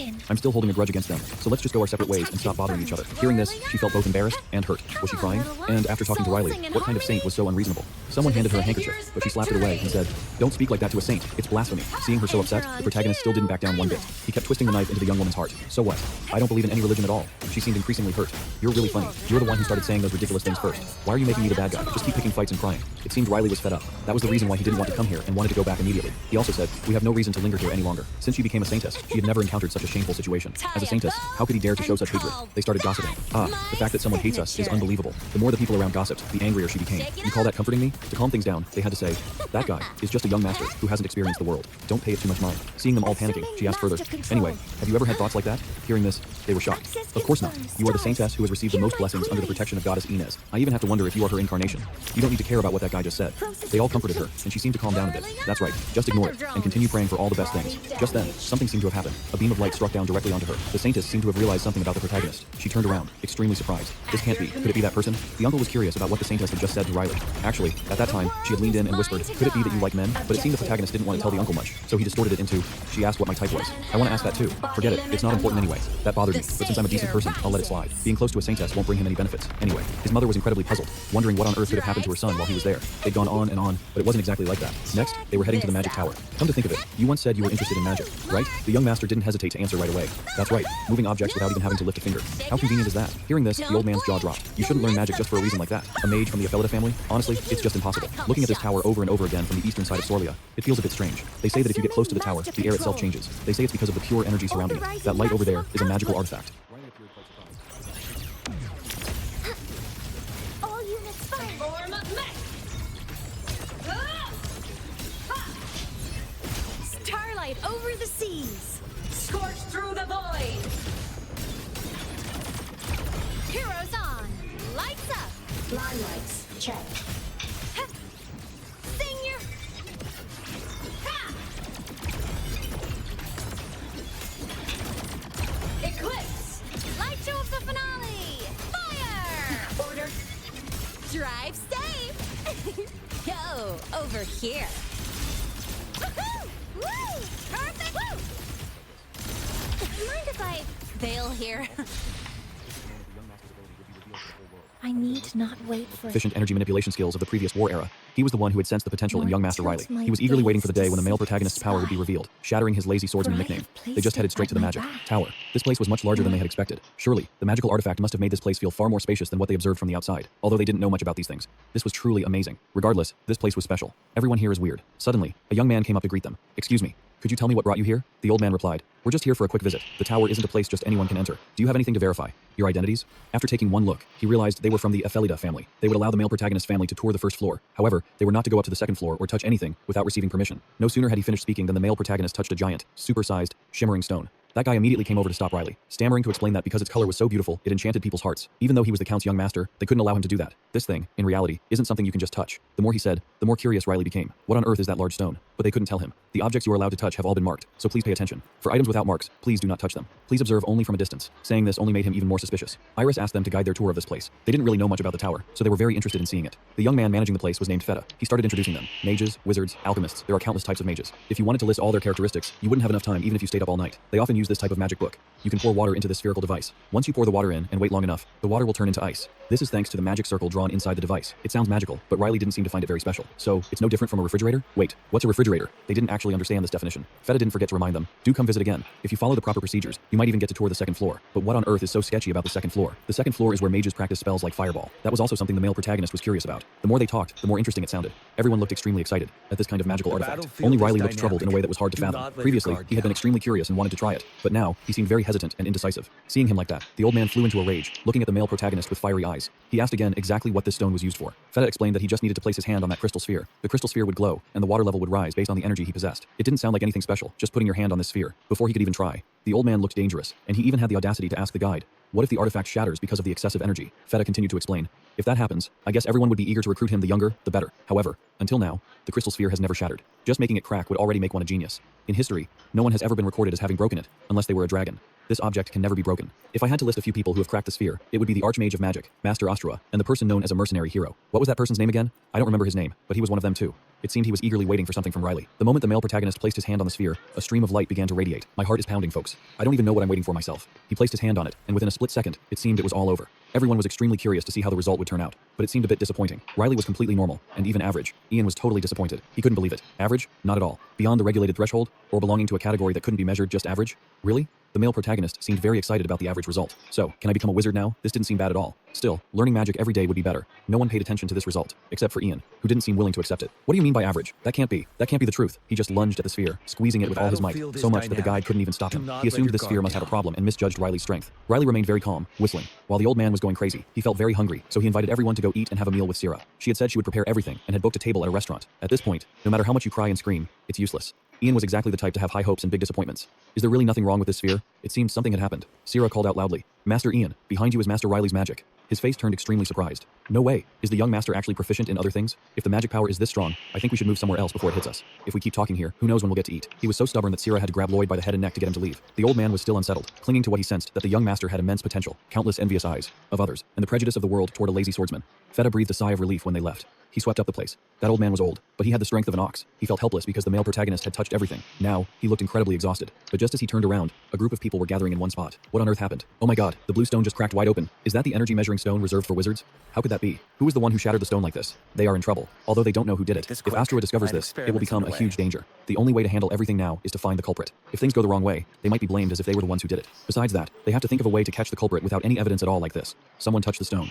Ordinary people couldn't do things like this. They started asking around. Who all visited the first floor today? Are there really no witnesses? They started asking Feta if he saw anyone suspicious, but he didn't seem to dare answer yet. They still don't have a single lead. No sooner had he said that than the rock couldn't hold on anymore and shattered into pieces. The noble swordmaster family finally headed out. Iris asked Riley if he was having a hard time. There were many interesting things in the tower, but even his mother didn't know what they were. Seeing her son so absent-minded, she couldn't help but worry, but he was just deep in thought. He was thinking about what happened today. He had visited the temple for the first time in his life and ran into a saintess he really didn't want to meet, just like in his previous life. He worried about what he would do if he had to take on the responsibility of a hero, and after that, he had headed to the tower. He absorbed mana in a slightly different way than he had in his previous life. Naturally, he had to be careful not to get caught. Still, he was glad that nothing major had happened. He couldn't exactly tell his mother everything he did. The old butler kept scratching his head in confusion. How could I have just seen nothing? He had been dazed ever since they walked out of the tower. Iris worriedly asked her son if he knew what had just happened to him. Riley wondered if his mother felt disappointed that her son was just an ordinary person, but she actually seemed incredibly excited. His mother thought she was lucky that her beloved son Riley had achieved an average score while still putting in the effort. Hearing this, he just froze. They both seemed happy as they held hands, walking off to see more interesting things in the area. A group of people were still busy working away. They were trying their best, but it was all useless. Since today's business was a total bust, they had to go back and try again. By that, he meant telling the guy to play 2 more rounds, but they suddenly remembered that today was the Sorlia festival. It wasn't even midnight yet, and if they messed up this time, they'd be going hungry until the next festival. He noticed a young man dressed differently from everyone else. They whispered to each other, "Didn't you see the whole squad of guards behind him? That kid might be a count or something." But they had recognized the protagonist, the same guy from yesterday who didn't care to help the girl in their play. They even looked down on his group, which only had a lady, a maid, and an old butler, just 4 people in total. They plotted to teach Riley's family a lesson, thinking that 2 nobles and 2 attendants would be a piece of cake. But the guy still felt something was off. The group started their plan and lunged forward, intending to rob them. But the old butler smacked them silly. "What do you think you're doing? Where did you come from to dare pull a stunt like this? You thought it would be easy, but you failed miserably." They covered their mouths, realizing they were truly screwed. Ian was furious today. He walked over seriously, thinking, how dare you touch young Master Ephelita and expect to walk away safely? As soon as they heard the name Ephelita, they shivered. Was that the noble family that had made a name for themselves with their swordsmanship? Is that a name I recognize? I feel like I've heard it somewhere. Sarah looked at them with a look of pure disgust. "You real scumbags. Did you come from the Soya slums? I can smell the stench on you." Even though she was a maid, her roasting skills were top-notch. She left the guy confused and embarrassed. "That can't be. I remember putting on perfume. Was there some kind of perfume in this place that could cover up that stench? Well, I'll let you off this time because of your characteristic stink. You'll pay the price if you try to steal again. Next time, choose your targets wisely. My master doesn't like being bothered." This girl seemed pretty cool too, but when he looked around, they were already gone. The old butler said she went to the restroom and would be back soon. "Do you want to check on her, young master?" But what could he possibly want? He was just curious because she wasn't there. "Just let me know, and you can go wherever you want." The young man just continued enjoying his life, eating the most delicious and cheap food in the world. Suddenly, fireworks went off. The scene was beautiful. Sarah was completely surprised. It's time, isn't it? The royal swordsmanship competition had begun. Finally, right here, the competition for the swordmasters was about to start. They had prepared a feast, and this year's contestants were quite strong. The old butler asked the protagonist if he remembered the list of contestants they had looked at before coming here, but with so much good food, he couldn't focus on anything else. Ian looked completely disappointed. According to the match schedule, there would be 3 matches today, and they were expected to end before dinner. Even though they're quite strong, they lack certain standards of the Athalitas. Looking around, it didn't seem very crowded. There were fewer spectators here than outside. There weren't many people. Iris had thought it would be packed, but it was very hard for the commoners of the Solia Temple to get in. Those people had to have an invitation to enter, which is why it was so empty. However, there were still matches between the children of noble families. His mother wondered. So, commoners don't get to watch the matches? But that wasn't really the case. That glowing orb floating there was from the magic tower. With it, they could watch the competition. Riley looked quite excited. Really? Then people can also watch the stupid moves those nobles make? Sarah was completely helpless. That won't happen, sir. Because there's a delay, we can watch them a day in advance, like watching a replay on TV. That recording is handled by the magic tower, so if anyone requests to cut out unnecessary parts, they'll do it. Just as he thought, the magic tower was quite interesting. The eras were different, but things that were only possible in his previous life could be solved here with magic. The final match was about to begin. Someone was getting very irritated. Stop screaming. Why don't you shut your mouth? Where's your home? My son is about to go into the arena. These nobles were so loud, he couldn't understand why they were getting so worked up. Even though he said that, the old butler was actually the one who was most worked up.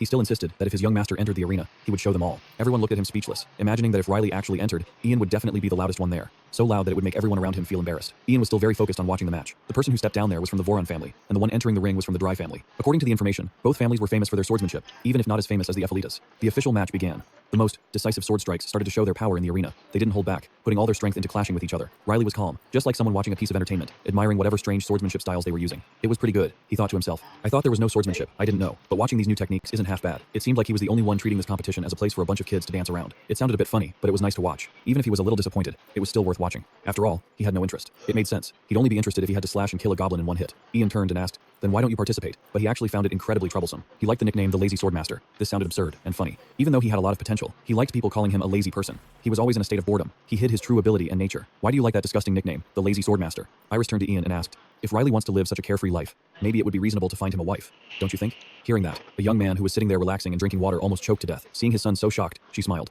Mom is just joking. Ian looked so serious, so I just teased you a bit. This was the first time the protagonist felt this embarrassed. Why did his mother suddenly bring up getting married? Suddenly, someone called out to them. That person was incredibly angry after hearing those nonsensical words just now. This purple-haired guy felt extremely annoyed when Riley said he felt disappointed watching them dance around when they had worked so hard to participate in the competition. It seems you don't know a damn thing about swordsmanship. If you retract that statement, I'll let it slide. In reality, the young man had no energy to argue with them. He apologized without a shred of sincerity. Yeah, I'm sorry, okay? I was thoughtless. I apologize. He apologized, but the way he did it only made them feel more furious than ever. It was truly an apology without a single bit of sincerity. He snapped and said, I am the eldest son of the Aranum family. I will punish you for that disrespectful attitude toward the participants in this tournament. Riley tried to ignore it, but the guy kept provoking him. If you're here, you must belong to some family. Identify yourself. The male protagonist felt incredibly annoyed. He finally regained his composure. Well, it's my fault. I should have just walked away quietly.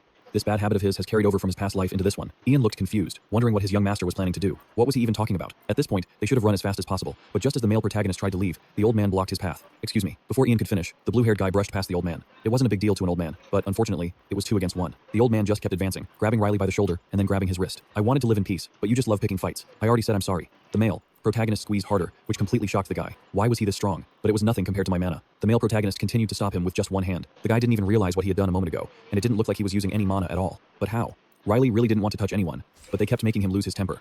The guy's wrist was the one that had to pay the price for all that trouble. At this point, the male protagonist was genuinely annoyed. He finished it by throwing both of them flying straight into the wall. They got a real taste of his power. Not stopping there, he stepped forward to warn them. I'll only say this once, so listen closely. You're using drugs, right? I can smell it. If you don't want to get caught red-handed, stop bothering me. Understood? They seemed terrified, their faces pale and covered in sweat. The male protagonist added, and if you don't know how to keep your mouth shut about today, then don't blame me if I don't warn you first, whether it's iridium or uranium. The guy who was acting tough earlier was now as obedient as a puppy. The old man standing behind him was dumbfounded. Young master, what did you just say? What could he even say? The young man patted the old man on the shoulder as if nothing had happened. I'll leave the cleanup to you. If anyone asks, tell them you did it, okay? The old man was still hesitant and wanted to ask, but the young man just ignored him. I'll take responsibility, please. After that, he just walked back to his seat as if nothing had happened. His mother wondered why he had been gone for so long and where the old man had disappeared to. Riley made an excuse that the old man didn't look so well, adding that he might be sitting in there for a while, so he came out first. They wondered if he had heard the explosion from earlier, but the explosion was caused by him, not anyone else. The young man pretended to be innocent, not understanding what was happening. I'm not sure. I don't think I heard anything. Maybe it was Ian? Well, the old man was having a stomachache anyway.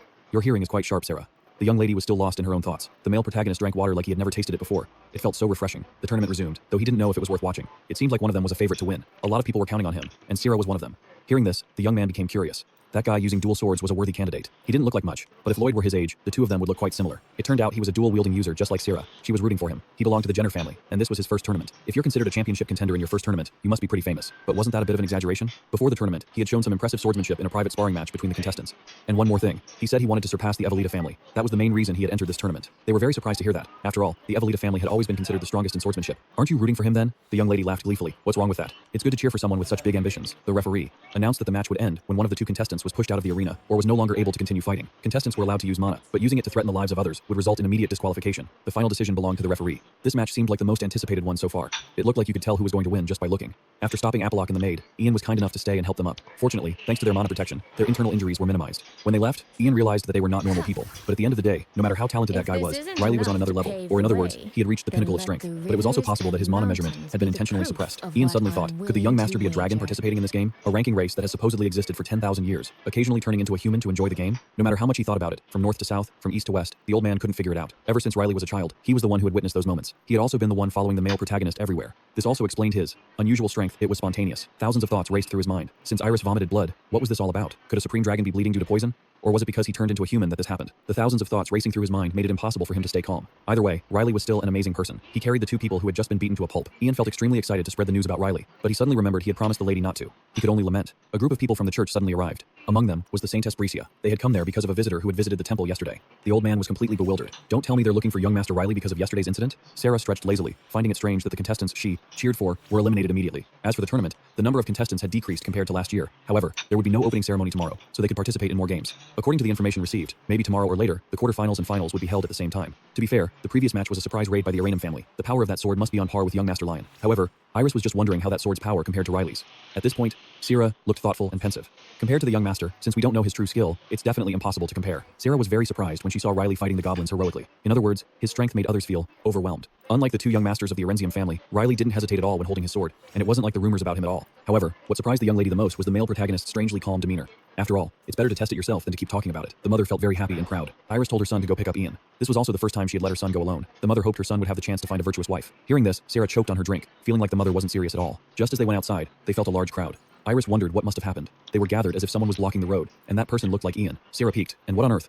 Why was Ian here? They were mentioning the young master's name, and even the priests and knights of the Orlia temple had come. The saintess declared that they were looking for someone from the Efoleta family. Fortunately, the male protagonist had bought a black mask yesterday. Ian must have been at Arenzium by now, but was Orlia there? Riley had warned them before, and he wouldn't go, forcing them to use that medicine again. In a dark room with only a single lamp trying to maintain its light, a young man woke up and felt lucky to be alive. He didn't know that the 4 people from yesterday were from the Efoleta family. He didn't know if it was day or night outside. Only one torch was still burning brightly. He thought back to how he had arrived here at night and woke up at sunset. He was trying to think about what had happened yesterday, but he had been sleeping all day. Beta was sitting there shivering. She was extremely resentful and felt that things were really not okay at all. After falling so hard yesterday, both her hands and arms hurt so much that she just wanted to meet her ancestors. She looked completely desperate now. Although they could go to the temple and ask for healing, they thought, thinking that no noble would ever heal the lowly, Beta couldn't keep his cool anymore. He was determined to get revenge for his comrades. The young man thought about using waste from the tower to do something. Beta approached with an extremely furious expression and told Nen, the girl with the scarred face, to wake up. After their deceptive plans failed, they felt backed into a corner. Beta, with a face as hard as stone, said, I have a favor to ask of you. I can't do this without you. Nen was the only one Beta trusted right now, and that was why they agreed to commit to another scheme. If that's the case, fine. Nen tried to pull herself up. She was the only one they could trust at this moment. It seemed that anyone who messed with the Efoleta family never had a happy ending. After the match, the 2 young masters of the Arenzium family got into their carriage to leave.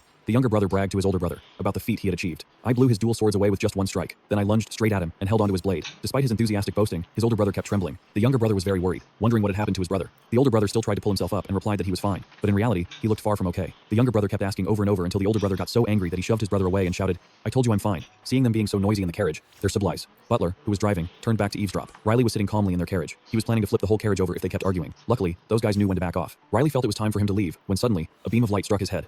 The male protagonist was furious. What kind of jerk is that? Are they trying to block my path? Suddenly, hearing whispering behind him, Riley realized they were actually talking about him. It turned out to be the group that planned to rob Kia. They wondered who the masked person on the carriage was. It seemed that this was different from what they had thought. In their memories, there was no one escorting the great Kia family. Why was there someone sitting on the roof of the carriage? Nen replied, I don't know why he's escorting me either. I'm not sure why he's sitting on the roof, but he's the person Beta mentioned. Now, they plan to finish Riley off. But did they think it was that simple? Who did they think they were? In truth, she wasn't simple at all. Nen used a lightning spear and, in an instant, blew the carriage away. Riley, watching from afar, found it truly interesting. In his past life, he had never seen such a large amount of magic, and it looked like they had used a forbidden magic. Looking closely, that girl was the same one who had acted so well that he had run into at Sorlia. Nen was definitely not someone to be trifled with. She felt very excited when Beta said he trusted her, and that he was the one who asked her to do this. A crucial point was that he said he needed Nen.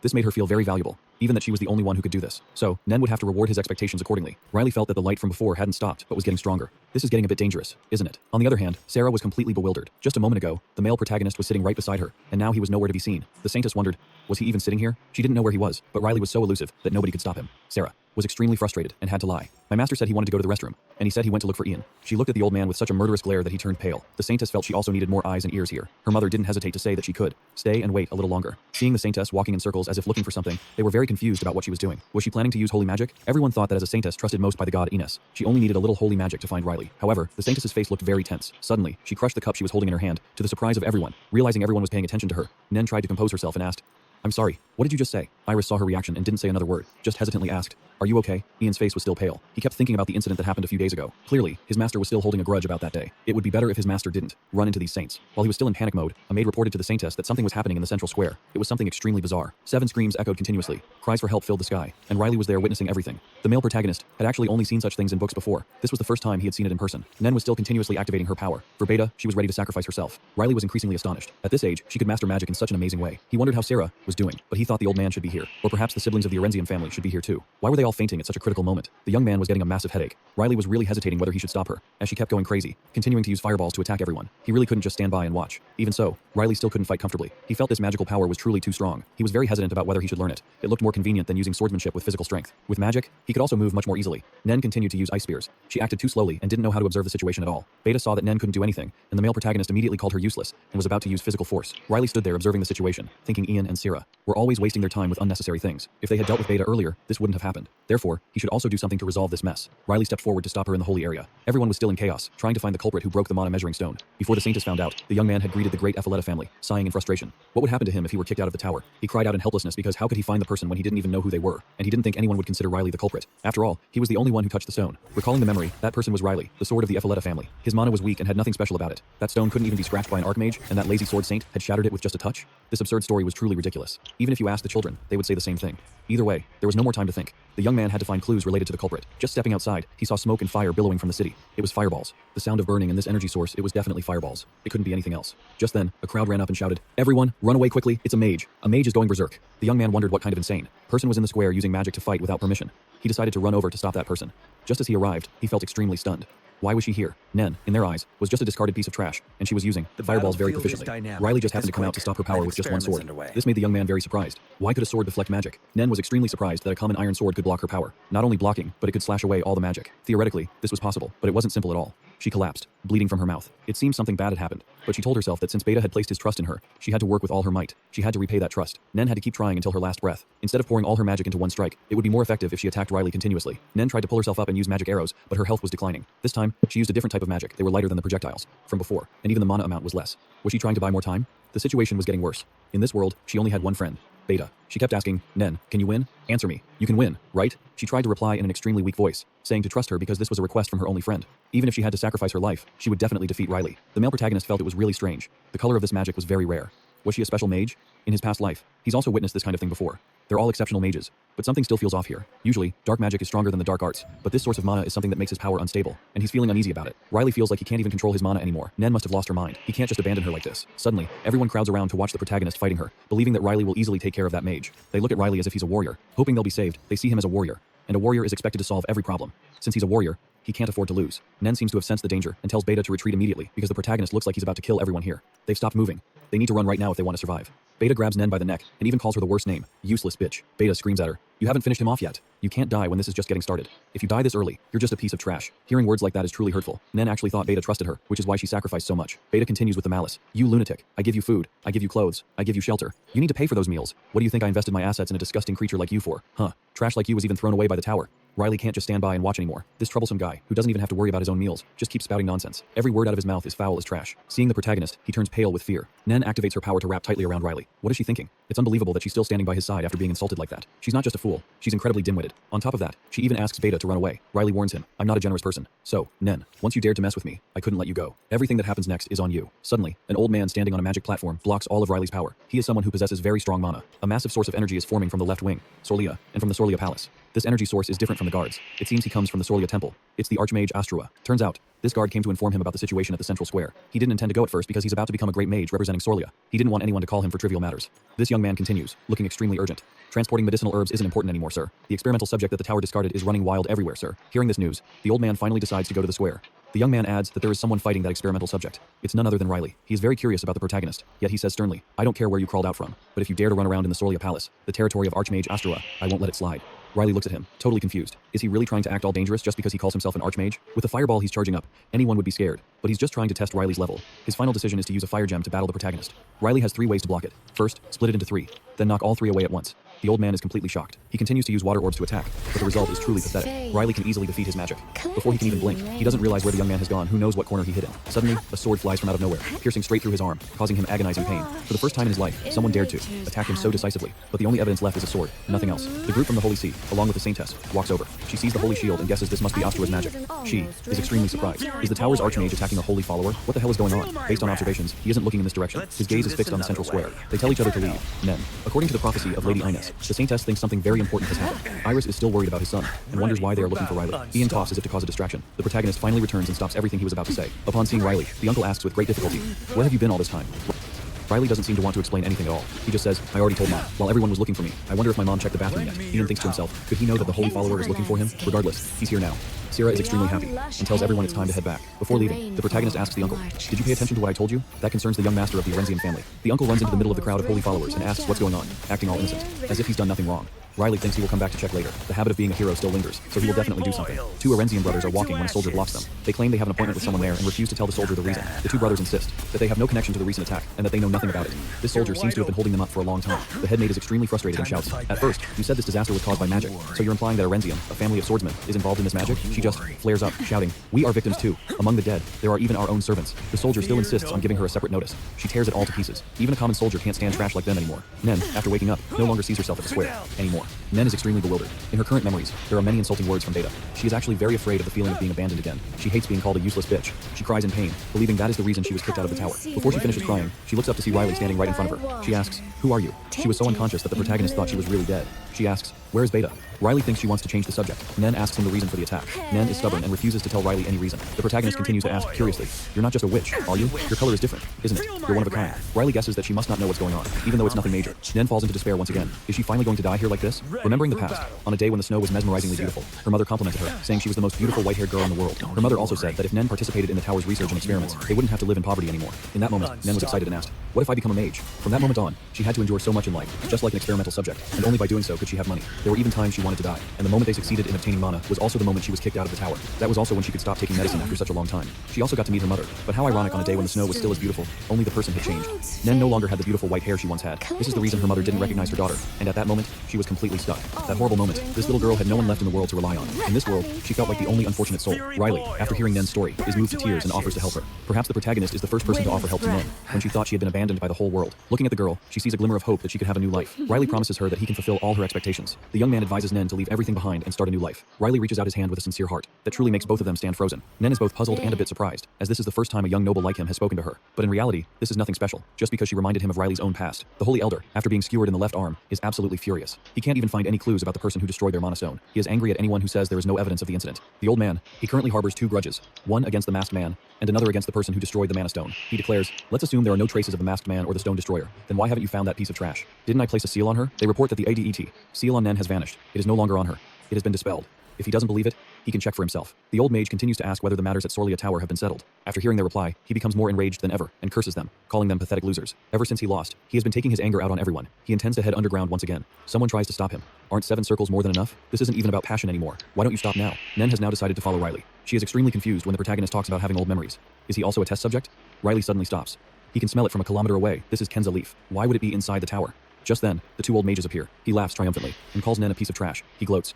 Aren't we having uninvited guests? How did you manage to break the seal? As soon as he sees him, Riley speaks up. The old man is surprised by his presence. Riley exposes what he has been doing inside the tower. He is keeping many illicit items at Sorlia, inside this tower.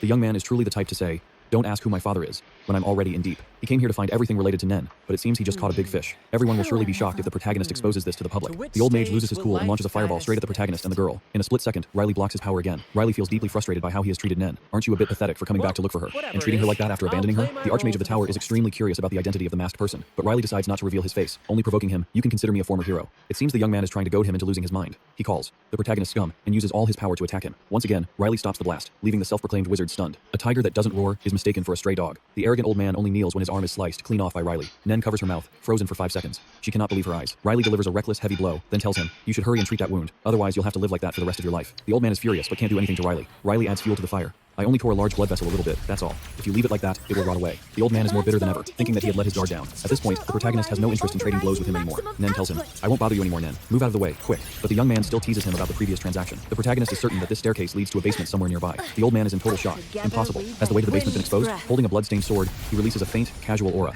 It seems Riley has found the place where a biological experiment is being conducted. Now, the old man turns and blames everything on Nen. He claims that the girl is a traitor because he gave her a chance and taught her magic, yet she dared to stab him in the back. Upon hearing the old man say that, Riley is a bit taken aback when he claims to be the one who taught Nen, but the girl immediately denies it, stating that Feta was the one who taught her magic, not him. This is a grudge from long ago. Perhaps Nen will never be able to forget it. Feta promised to give Nen a chance to start over, even though her life felt like it was coming to an end. For Nen, now is the time she wants him to pay for everything he has done. 2 against 1. Even if one is blind, the other is crippled. Since he already lost an arm, he doesn't dare to talk trash anymore. He just sneaks away when nobody is looking. As soon as the old man leaves, Riley muses that if he had his arm cut off like that, he surely couldn't handle such excruciating pain, because he is a wizard. Nen has probably stopped her own bleeding by now. Nen wonders why the protagonist could have killed him, but why did he only cut off his arm?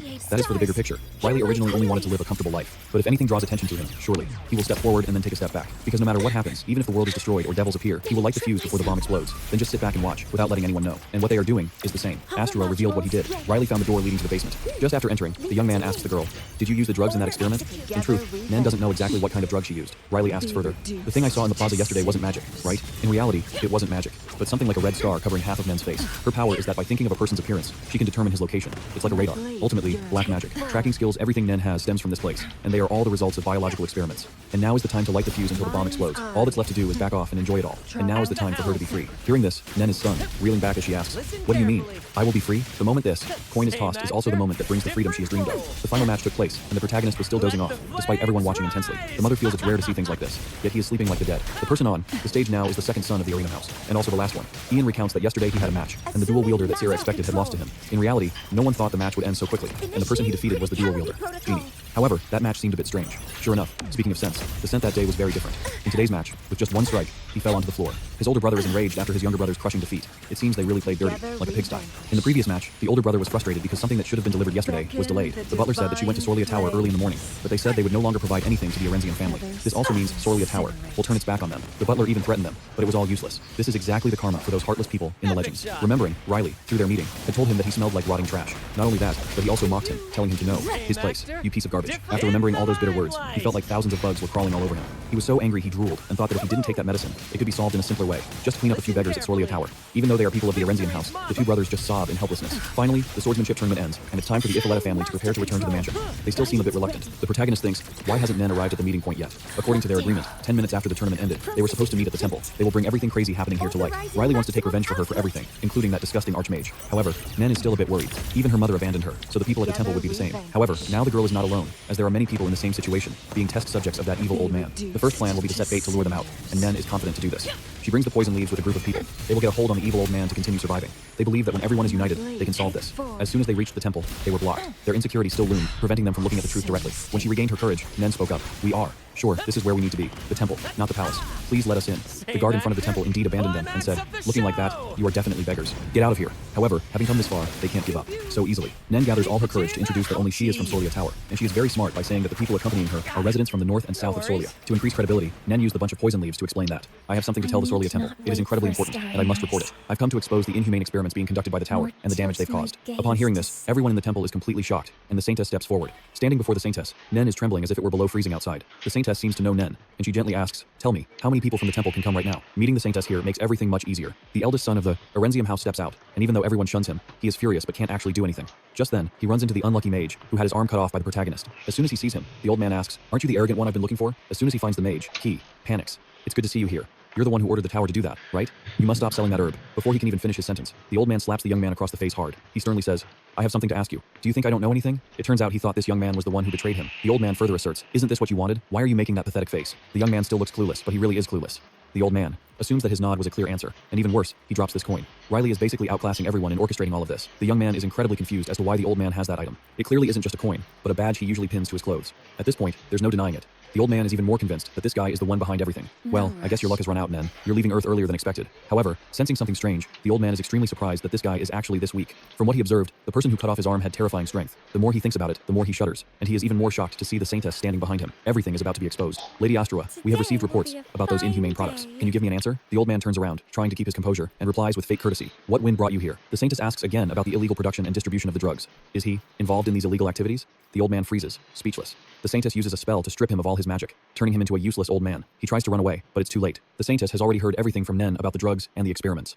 Once again, the Saintess asks if he is the one behind all of this. Sarah feels the atmosphere is tense, and this surely isn't normal. Riley feels incredibly excited. It seems she convinced the temple quite well to spare his life. At this point, the old man denies it completely, saying, how could that be? Could the master of the tower really make that kind of drug? How ridiculous. The Saintess remains calm and asks him, do you dare to swear by the name of Saint Inez? At this point, he seems to hesitate. After witnessing everything, Riley is surprised that she could detect the lie with her own eyes. However, the young man doesn't want to face her. After all, she is a saintess. The old man seems intent on not answering. By now, the Saintess is furious about the drugs Nen mentioned, and the experiments they were all orchestrated by him. Right, Lord Astra. After his pathetic act, he looks up and confirms, yes, I did it.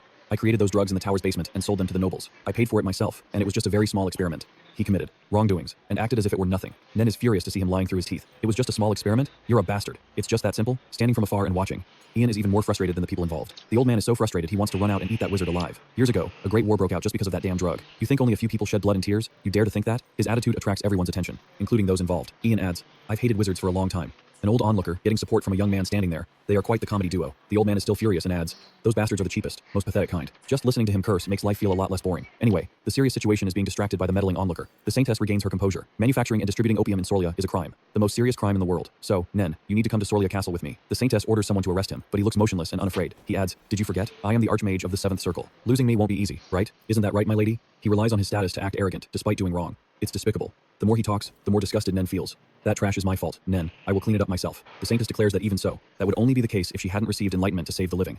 According to her, someone will appear in this very world and immediately arrest that wretched wizard. He begins to cast a defensive spell, using all his power to block them. The swamp spell made the soldiers sink. He confidently claims that if the Saintess opposes him, many people will die. The Saintess is extremely disgusted by his actions and immediately uses a healing spell, telling the Holy Knights to evacuate the nearby civilians. If they don't stop, Astra here, there will be more victims. Riley is just acting like a bystander, wearing sunglasses and watching the drama. It seems this is only the beginning. Astra activates his full power, a massive fireball. He warns that if they go to hell, all the sins lie with you, standing right in front of me, are the one who pushed them to their deaths. The Saintess isn't messing around either. She uses a holy barrier to block his power. They are really evenly matched. The old man grows more energized. At this moment, he is determined to kill them. He fires thousands of arrows toward the Saintess, and she realizes the shield can't hold for long. They decide to hold out until reinforcements arrive. Ian also steps up to help. He's truly a high-quality bystander. With just a few casual moves, Ian slashes all the arrows in everyone's astonishment, not living up to the name of a famous swordsman family. While Riley is watching intently, his mother and Sarah call him by the most humiliating name. Oh, weakest one in the world. Young master, follow me. To save their lives, they definitely have to avoid this. But the protagonist tells Sarah to take his mother and leave first, and he will follow in 5 minutes. His family still doesn't seem to trust him, thinking he is too weak to fight anything in the world. Astra laughs loudly like a madman. Soria has so many talented people. Why have I only met a bunch of trash until now? The wizard thinks that what happened so far was just a warm-up, and now he will make them pay. The Saintess is extremely frustrated now. It seems arresting him by normal means is impossible. He shamelessly says that, if he eliminates all the witnesses, he will be innocent. Because of that, he activates Hellfire without chanting, and ironically, they can't dispel the spell. Is there anything Nen can do? Wouldn't that be more promising? Suddenly, the protagonist's voice echoes in her head. I know what you're thinking, but do you have time for that right now? Will you let it end like this? She talks as if she's truly challenging Nen. The warrior will save this world, and those who crave a new life will still have to overcome a few challenges in the end. Riley decides to put on his mask once again. The destructive power of the wizard's Hellfire is so great that even the Saintess is intimidated and amazed. Astrua possesses such powerful magic. Why is he doing this? Before Lloyd lands the finishing blow, the old man still wants to send his regards to Inez. Nen can't hesitate any longer and immediately rushes forward, regardless of life or death. She tells everyone to run and says she will stop it alone. Since meeting Riley, the girl has been determined that she can definitely do it. Nen has endured great hardship all this time just for this day, and now she feels the greatest loss at an unexpected moment. It's just like the snow falling as white as her hair back then, at the time when she arrived without a glimmer of hope for survival. Riley, in a miraculous way, planted hope in Nen. In this moment, she feels that if she is left behind here, it doesn't matter. Riley finally steps out with a very silly reason. If you die, all my effort will be in vain. And obviously, with the protagonist's power, just one sword strike can destroy the Hellfire. The moment Astra caught sight of him, he froze for a good 5 seconds. He simply couldn't forget the guy who had severed his hand. Even though he had blocked the Hellfire, Sarah showed no intention of running away. He originally wanted to just relax and stay out of trouble, but this old geezer had truly pushed Riley to the edge. He felt incredibly annoyed. Even in the middle of battle, the young man didn't forget to look down and mock the Saintess, saying, "Hey, you fancy lady, how can someone titled Saintess not even block something like this?" Riley didn't even forget to pat the Saintess on the head like a puppy, telling her, "I've already destroyed the Hellfire. Take your people and go." What on earth? Yet, she and a few soldiers just obediently snuck away like it was nothing. Nen was stunned to see Riley. Why are you here? You said you wouldn't come. And indeed, he had said that. He hadn't planned on stepping in, but just watching from the sidelines was starting to get on his nerves. Astrua wasn't done yet. He had the nerve to ask the protagonist, how could you destroy the 7th Magic Guild's Hellfire so easily? He really was wasting so much time. He was a loser, yet he still had the energy to run his mouth. Well, no point in beating around the bush with this damned old man. Feeling that Nen's mother had almost gotten hurt, he decided to end this quickly. Nen pondered, feeling very strange. Why was that person so strong that he could block Astrua's magic? In the blink of an eye. Just who on earth is he? But then again, why overthink it? The thing to do now was to settle it all at once, and worry about the rest later. He even called Ian by a name that couldn't be more arrogant. Hey old man, get over here for me. Riley grabbed Nen's shoulder and told her to take a deep breath. Lloyd, enough stalling. Let's end this here and now. Ian didn't know what on earth he was doing, standing there posing. Riley needed him to prepare an arrow. No one had any idea what the masked youth was planning. Astrua continued his trash talk. I was looking for you anyway, and now that you've crawled here yourself, I'll tear you into 100 pieces. At this point, he could do whatever he wanted. Riley didn't forget to challenge him. The old wizard used a wall of fire to surround them. The protagonist said he would dispel his magic. Nen. Ian tried to keep everything under control, but it didn't look feasible. Nen, the old wizard, continued to use bone poison. At this point, he was going to show everything he had. The Saintess couldn't just stand by and watch anymore. Nen also rushed in, saying, let me help you guys. But what was she planning to do? The protagonist and Ian looked at her with such confused expressions that the Saintess felt incredibly embarrassed. Why are you looking at me like that? You don't like my help? If it were me, I'd be grateful. Astrua just considered them a bunch of brats. He said, I have no time to waste on you all anymore. However, he was also panicking because he only had half his energy left. At this point, he had to use it all to kill them. He began to activate a blizzard. Riley looked at Nen with a gaze full of confusion. Look at those bloodshot eyes of hers. Nen, have you taken a deep breath yet? If you have, are you ready to go all out? The girl didn't hesitate and agreed, activating her extraordinary power. The protagonist decided to go for a heart-piercing strike on the old man and told Ian to block the ice pillars from afar. You're always so eager. Nen does whatever she's told. Astrua tried to muster his remaining strength, bragging that he would pierce through everything. At this point, he just needed to focus on that extraordinary power. The protagonist told Nen that, but she looked confused and started stammering. He added that Ian would handle everything for Nen, so she didn't need to be distracted. Besides, there was even a saint here. I don't know if Riley meant that seriously or as a joke, but it made the Saintess go crazy with confusion. Thousands of ice blades rained down on Ian. I don't know if he could hold out on his own. The Saintess also poured in her strength. They wanted Nen to just push a little harder. Seeing them like this, the protagonist thought he'd have to take all the dangerous hits, and he was currently standing on a mountain of ice. The young man removed his mask and didn't forget to ask the Saintess, are you okay? This question made her look up and become incredibly shocked. Aren't you the person I met last time? Forget about knowing who's who. Just focus on the fight. The protagonist asked if Nen was ready. The Saintess realized that this must be the person who received the revelation from Lord Inus at the temple. Riley kept focused on his expertise and told Nen to try and hold it until he gave the signal, then fire immediately. After all, this was all of Nen's remaining magical power. Everyone had helped to this extent. She thought that even if she couldn't destroy Astrua, she wouldn't have any regrets about anything in this life anymore. The moment Riley shouted fire, Nen used all her strength to activate her extraordinary power. She felt like her body was being torn apart, while the old wizard found the whole thing ridiculously laughable. He still poured all his strength into the attack. Just as expected, Nen didn't really have enough energy, but she wouldn't leave a single regret behind. Now, she just told herself to try a little harder. Riley told the old wizard, I guess I can throw this now, right? It was only then that the old man was caught off guard. That sword pierced his heart. And now, the beautiful scene, he was so stunned, he forgot he was in a life or death battle. Nen was exhausted and just fell to the ground. The fate of that pathetic, evil wizard was surely to go meet his ancestors. Seeing Nen collapse, the Saintess was incredibly worried. Even though she was a Saintess, she was also easily moved. She burst into tears. You can't just die like this. I beg of you. This scene was both tragic and full of emotion. The Saintess took Nen back, and even sat guard all night. The Saintess asked the uncle if he had seen where he threw the sword or where he went. Everyone had only been watching him from afar. As for Nen, she didn't know where he had gone either. He appeared as abruptly as he vanished, like a ghost. Honestly, if he hadn't helped, they wouldn't have been able to stop Astrua. Ian didn't even recognize his own young master. The Saintess also asked, didn't he come from the Ippolita family? I saw him at the temple. Just then, Nen woke up and was incredibly surprised to find herself lying in the temple, with the Saintess in front of her. She said, you're okay. That's good. The Saintess didn't forget to apologize, saying she had tried her best. She said Nen's condition was more serious than predicted, and the energy accumulated from the experiments in the tower was making her body mutate, making it increasingly difficult to sustain life. Besides, too much time had passed. Even so, Nen didn't seem sad at all. She only asked, all of this, I suppose, it's irreversible, isn't it? The moment the Saintess replied while bowing her head, the space became even quieter. You bravely exposed Astrua's evil deeds. I'm sorry I couldn't do anything for you. Nen was truly a strong girl. Even so, she still resiliently replied, I'm fine. I've already prepared myself mentally. The Saintess still couldn't control her emotions because, thanks to the girl, they were able to stop Astrua. Anyway, Nen didn't dare to take the credit for herself. She said she hadn't done much, and she had one more question for the Saintess. How much longer do I have to live? The Saintess didn't dare to say anything, as tears kept falling, soaking the pillow. I cannot cure you completely. I can prolong your life, but long would probably be until winter, and short would only be until summer. Perhaps you can live until autumn. She thought, autumn, that's quite a long time. That much was enough for Nen. That was already incredibly generous.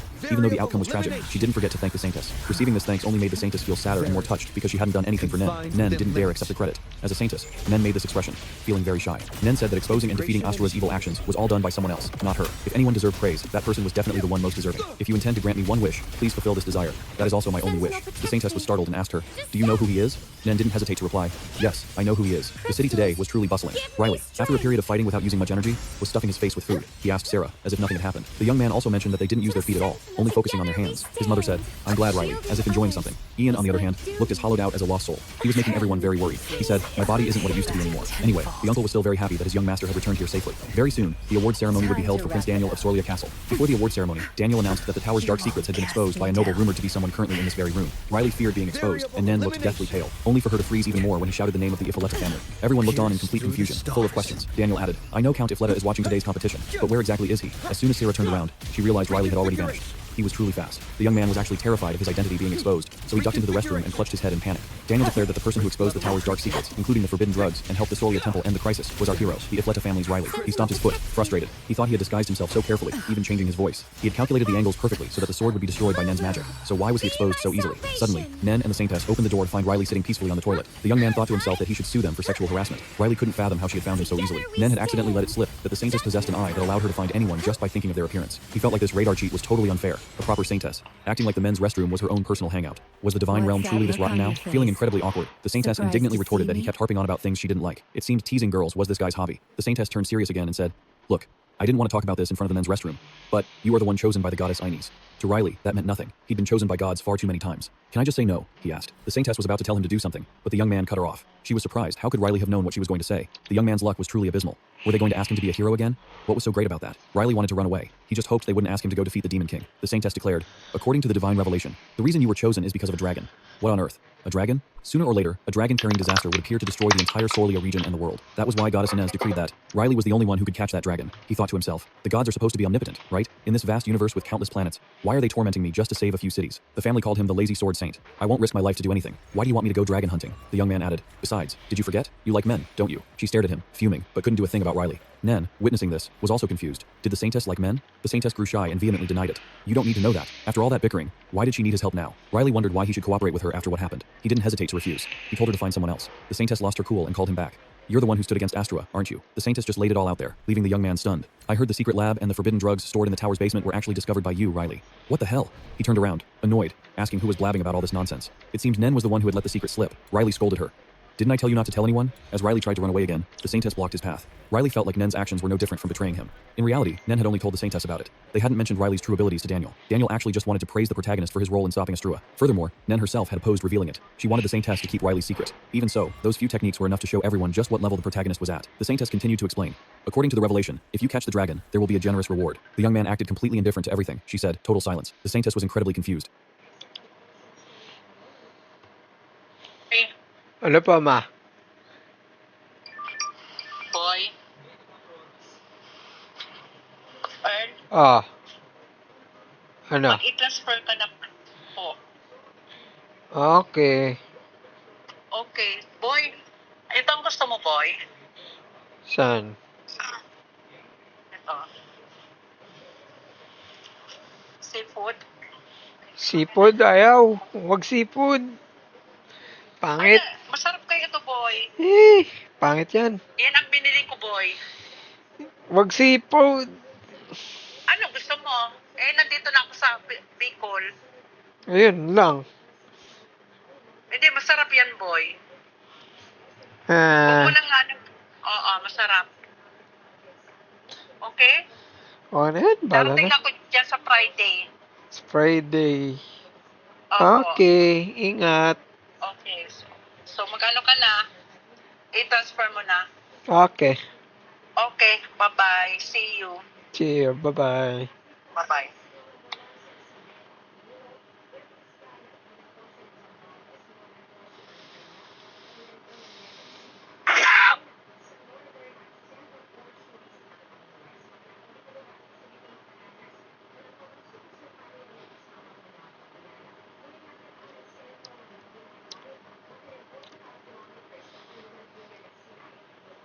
As he could handle the dragon easily, given he defeated Astrua with just a single strike. Nen's style was truly one of a kind, easy to understand, yet so hard to pin down. He arranged to meet them again as soon as possible. At home, the father was reading the newspaper and saw the news about the forbidden drugs found in the Solia Tower last night. The culprit was revealed to be Astrua, the seventh circle master. The Count had discovered this while out for a stroll. Prince Daniel had awarded a medal to the third young master of the Ifleta family. After reading the news, the Count was bursting with pride, his face radiant and excited. He suggested sending a letter to Iris, while Riley's mother still didn't understand where her son had gone. The young man just vaguely replied that he went to relieve himself. Ian was sobbing uncontrollably. He couldn't believe the Saintess appeared where Astrua was because of his young master. Since being in the news, Riley had become quite famous. Everyone looked at him with an entirely different perspective. Everyone felt his demeanor was far different from the rumors, but Riley was just his usual bored self. He didn't want the attention. This was also why the young man didn't like being exposed. Everyone was just as shocked as when he first swung his sword in his previous life. This state of affairs made Riley fed up. Iris was incredibly proud of her son. His father must be happy too. Now, they were all a bit lost. But Iris didn't know Nen's status. The young man was also awkward, not knowing how to explain it. Sorry for being so abrupt, but I have something to tell everyone. He introduced Nen as the young lady he picked up at the tower. Sarah and Iris both noticed the distinctive mark on Nen's face. The protagonist continued to explain. I was wandering around yesterday and discovered that this girl is very skilled in magic. Iris was incredibly bewildered, not knowing what her son intended to do with the girl. Riley explained further that when he calculated his energy levels at the testing stone, he had actually said he wanted to learn magic. He added another reason. I need a servant for my days off. Nen must be clueless about swordplay and shouldn't complain. It seemed only Ian knew Nen's identity, and that she was just an experimental subject from the tower. The protagonist's mother also felt this wasn't a big deal. Nen, obviously, wouldn't refuse the young master's decision. This was the first time she had seen her son choose something for himself. Nen, Iris really hoped everyone would respect her son's decision. If the lady had already said so, the uncle had no choice but to concede. Riley told Nen to introduce herself and meet everyone. Hurry up and greet my mother and the ladies accompanying me. The young man was acting like he was introducing a girlfriend to everyone, just like the legendary meeting the mother-in-law and the in-laws. Sarah, as it turned out, was very hard to please. She judged Nen, saying that someone from the center of Sorlia shouldn't have such a lack of dignity. She started to lecture her. I once owed a debt to the center of Sorlia, so for you, Nen, I will pay special attention to you. Get yourself ready. It was classic new bully meets old bully. The protagonist told Nen, catch you later. I don't even know when you'll go running off again and start chirping. Oh my, the girl looked truly pathetic. Riley told Nen to go with him to meet his father, Count Ifleta. The protagonist thought he should stick by her side to keep an eye on her every move.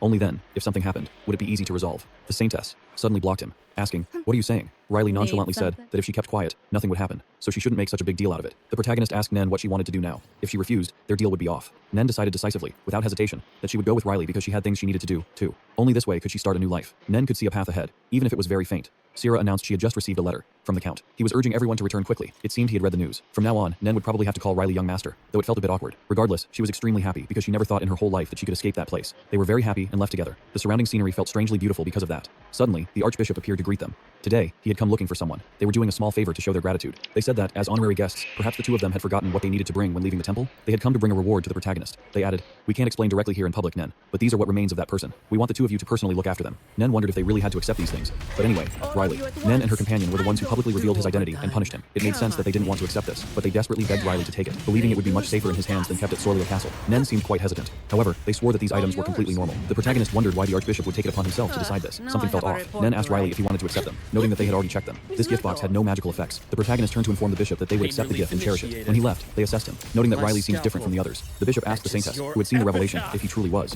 the hero who would save them from the sea of fear. The Saintess sensed something unusual. She didn't know what the bishop was planning, but having received 3 revelations, she offered a warning. My child, this will be the first test. Pay attention to the one who brings you there, and beware of the divine dragon. It will appear. That young man will stop everything. And the first revelation was about that bishop, a message that he would thwart the bishop's goals. No matter what savage schemes he harbored, they would all be in vain. Upon returning home, his father met him at the gate, and Riley showed off his medal. He claimed it was a personal gift from Prince Daniel. Seeing a strange girl by his side, his father looked curious. Just then, Iris chimed in. Let's go. We have much to talk about. Nen, go inside and get some rest. The protagonist was completely flustered. He had been on edge earlier and now felt a sense of relief. He thought he would just sleep like the dead in the carriage. As soon as he got home, the pink-haired jerk started mocking and sneering before Riley could even rest. He sarcastically asked if it was a mistake in the awards announcement or something of the sort. My brother is blathering everywhere again. It's truly annoying. I wanted peace, but he just loves to pick fights. Fine, I'll just show him the medal. The moment he saw it, his eyes lit up, and he blabbered on, wondering how the protagonist got his hands on it. At this point, I really can't stand this crazy guy anymore. Riley said if he liked the medal that much, he could just have it. Seeing his brother's stunned reaction, Riley teased him. Looks like you really want it. Huh. Anyway, I have so much stuff I don't use piling up. It's quite a nuisance. It's great to have a brother who loves to scavenge, right? Now that's a proper burn. The brother was furious, but angry as he was, there was nothing he could actually do. Riley just kept dangling the medal to provoke him. Oh well, if you don't want it, I guess I can't help you. Lloyd was so incensed, he grabbed the protagonist by the collar. Just then, he acted out so rudely in front of their father. The Count told Lloyd to stop. Iris didn't forget to step in and ask after him, and he replied very politely, was your trip to the capital pleasant, my lady? Turns out his mother did that to distract everyone for her son's sake. Iris really is a savior for Riley. Lloyd took the opportunity to say, it seems nobody cares about the family succession anymore. I find that shameful, but it's good to know one's limits. He was clearly taking a jab at Riley. Nen couldn't stand it anymore. She used magic to shut him up, and he collapsed. As he was walking home, his forehead swollen like a guava, he told his other brother that the ground felt very strange. He also added, Riley is also very close to a strange girl, and she looks incredibly grumpy. He didn't feel like she was the high-class lady type. They started getting suspicious, sensing something off. He added that she smelled really weird. They guessed Riley might be up to something. All sorts of people were flooding into Sorlia. They knew Riley wasn't a playboy. He just climbed trees during training. They decided to keep an eye on his every move and observe carefully. The eldest brother wondered, how did our lazy brother win the heart of Sorlia? He just went to watch the sword tournament. He didn't even register to participate. I don't understand why he was awarded that medal. He felt his succession plan was looking shaky. Nen wore her servant's uniform and looked quite bright. After all, the young master had taken her in so she could learn magic. Before Nen could even have an opinion, Sarah stepped in. I know you understand, but you must do your job well, right? She scared the poor girl so badly that she turned pale. Before coming here, Sarah threatened to grade every one of Nen's actions, saying the Ifaleta family was incredibly strict. You must fulfill your duties while here. Hearing that, Nen looked incredibly solemn and obeyed immediately. She felt this person was even scarier than Beta. To make matters worse, Sarah intimidated the newbie right in the protagonist's room, leaving him completely dumbfounded. Ian figured, Sarah must be in high spirits since it had been a long time since she took on an apprentice. Turns out that was why she had been smiling since they were at the mansion. It was fun for her to feel powerful and superior for once. Besides, Ian was very curious about what Riley would do with the items the bishop gave him. Riley honestly didn't know what these things were for, but he had an idea to just sell them off. At least they had the title of Great Mage's equipment, so he might make some money. Selling them felt a bit odd though. He decided to ask someone who knew about these things. Meanwhile, Sarah was busy training her new apprentice. After tidying up everything in the young master's room, they headed out and ran into the young master, Lloyd. Sarah reminded Nen, remember clearly that this person is extremely hot-headed. When you meet him, stay relaxed and smile. Otherwise, you'll be in trouble. Even though she didn't like this guy one bit, Nen still greeted him sincerely. The reason he came here today was because of Nen. He was curious because this was the first time Riley had brought a girl home. He started probing Nen, asking, "Tell me why that lazy bum got a medal." Nen felt he was truly a scum. Why did he keep obsessing over that? She forced a smile that couldn't be more fake and sycophantic. At first glance, this guy didn't seem like someone superior at all. This guy wasn't anything special, completely unlike Riley. Seeing Nen didn't answer, he felt insulted. Since when does a maid have the right to ignore her master? He started threatening her, saying if she didn't want to get fired, she had to learn how to behave. Nen dropped a line that couldn't be more embarrassing. "You aren't my master." It was the first time someone had dared to say that, causing Sarah to panic. She insisted that Riley was her only master. Lloyd was so frustrated he went mad. "Your father really knows how to annoy people, doesn't he?" Haha. Nen didn't just fear him, she glared back. At that moment, Nen used magic to make him collapse and sleep like the dead. She knew a maid shouldn't do that, but he, despite being a young master of a noble lineage, was far too arrogant. Nen now possessed 6 circles of magic. Sarah looked miserable. "Young master, did you bring home someone extremely dangerous?" All they had to do now was toss him back to bed, and he would think everything that happened earlier was just a bizarre nightmare. Nen told Sarah that she had said the quality of a servant is judged by how they serve their master. Actually, Nen wanted to curse and ask why she gave such useless advice, but she knew that would just lead to more trouble. Regardless, things would work out. Riley walked out and was shocked. Why is Lloyd lying on the floor like that? The protagonist dragged Nen back to his room. The time for magic training had finally come. Riley told Nen, "From now on, keep all these items. I know someone who knows a lot about this stuff. I'll ask them for information." Nen wondered, "Couldn't you learn magic from them instead? Why do you need me?" Even though she had 6 circles, it was only thanks to the medicine, and she wasn't as strong as other mages. Now, Nen was very confused about why the protagonist needed her. Riley replied, "You want to escape, right? Aren't you exhausted from being looked down upon and discarded? Some have called you a masterpiece, others forced you to work to your limit, but no one ever cared about you, did they? The harder you try, the more haunted you become by them. Others are forced to find you because they need you. People only do what they want." The protagonist wanted the girl to understand that. He just wanted her to know she reminded him of his own past. "Nen, don't overthink it." In that moment, as she pondered his words about humans only doing what they truly desire, she was so moved that tears welled up in her eyes. For no one had ever spoken to her like that before. Riley added, "I chose you because that genius is over there claimed that even if I died, I could never learn magic. Of course, I challenged that dragon to a sword fight too. But if I master both magic and swordsmanship, sooner or later I might even be on par with the Demon King, right?" Nen gave a helpless smile. "Consider it as if I never showed you any respect, you jerk." On the carriage ride, the male lead began to learn how to wield magic. First, he needed a magic ring, or let's just call it a magic belt, to keep it simple. If you have one inside your heart, it's called one ring. And if you have 6, it's 6 rings. Nen had 6 rings in her heart. Light is the source of everything. At least that's how it is in this world. Hearing this, Nen wondered and asked if he had ever been to another world. After all, this was the first basic thing every mage could do. The miracle of creating something from nothing is also the foundation of magic. Hearing this, the male lead was extremely surprised. Nen continued, explaining that to wield light magic, you need to know your aptitude. Nen didn't have one specific aptitude. She had mastered them all. Every aptitude in the world was already in her hands. It seemed she survived those experiments because of that. She boasted, puffing out her chest with pride. It seemed every event led to this trip. Regardless, the male lead needed to learn more about these things, and there were some matters he needed to verify. The male lead asked Nen if she knew his friend, the one he mentioned earlier that morning, the person who refused to teach him magic. Nen thought to herself, my luck is truly terrible. But since she had reached the 6th ring, she didn't have to bow her head to anyone. Finally, they arrived. Now, she would see with her own eyes just how good he was. A man, the one and only Endon, stepped out, scratching his head and yawning, saying, "What kind of blind idiot can't read the closed sign on the door? I'm closed today." Riley told him that the sun had already set, asking, "Are you awake yet?" Endon saw the male lead and gave a mocking smile, replying, "The lazy young master has deigned to visit and talk like this? Are you trying to play the hero or something?" Riley explained that he came there today to ask him something. As soon as she saw Endon, Nen stood frozen. Why was he here?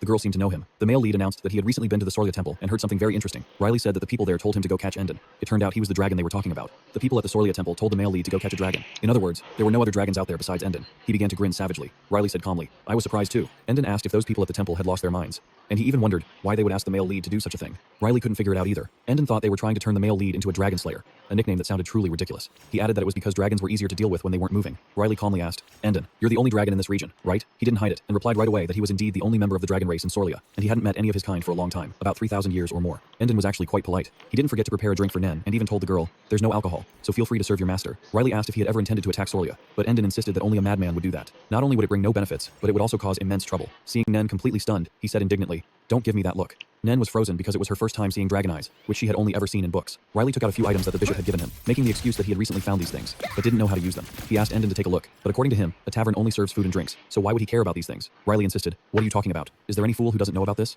Endon flared up, showing his anger and disagreeing. However, he agreed on one condition. The male lead had to act cute. Are we watching a BL, folks? On top of that, he demanded payment after checking them, thinking they were friends. Why would he need a fee? Just by glancing, it seemed Endon had already guessed everything about these items. Now, starting with the cloak, because Nen was the most curious about it, Endon explained that it wasn't anything too special. If you wear it, the magic released won't be affected by the climate or weather. In other words, the magic will always maintain its full power. As for the bracelet, it's like a container. The user can use energy to summon a small box. It's also like an inventory. And right now, there's nothing in this ring. If the ring breaks, it means all the items stored inside will be lost. And, obviously, they could never be recovered. These are magical artifacts crafted by a 7th ring mage. How could they be this simple? He boasted that because he was a dragon, it was natural for him to know all these things. He also told Nen to put on the ring, which had the ability to absorb the energy around the wearer. Nen also also felt like she was being recharged with energy little by little. Riley wondered why he didn't feel anything unusual when he wore it last time. Endon calmly said that it was because Riley was already a monster. Nen, being naive, still didn't understand what was going on. She was completely unaware of the terrifying power the male lead possessed. However, Riley didn't like long explanations. The male lead said that Nen should take all those things because he didn't need them. Riley ended up telling her to keep them for him because they were an eyesore for the time being. Riley asked if Endon knew how to measure energy. In fact, some guardian had once given Endon an energy measuring stone.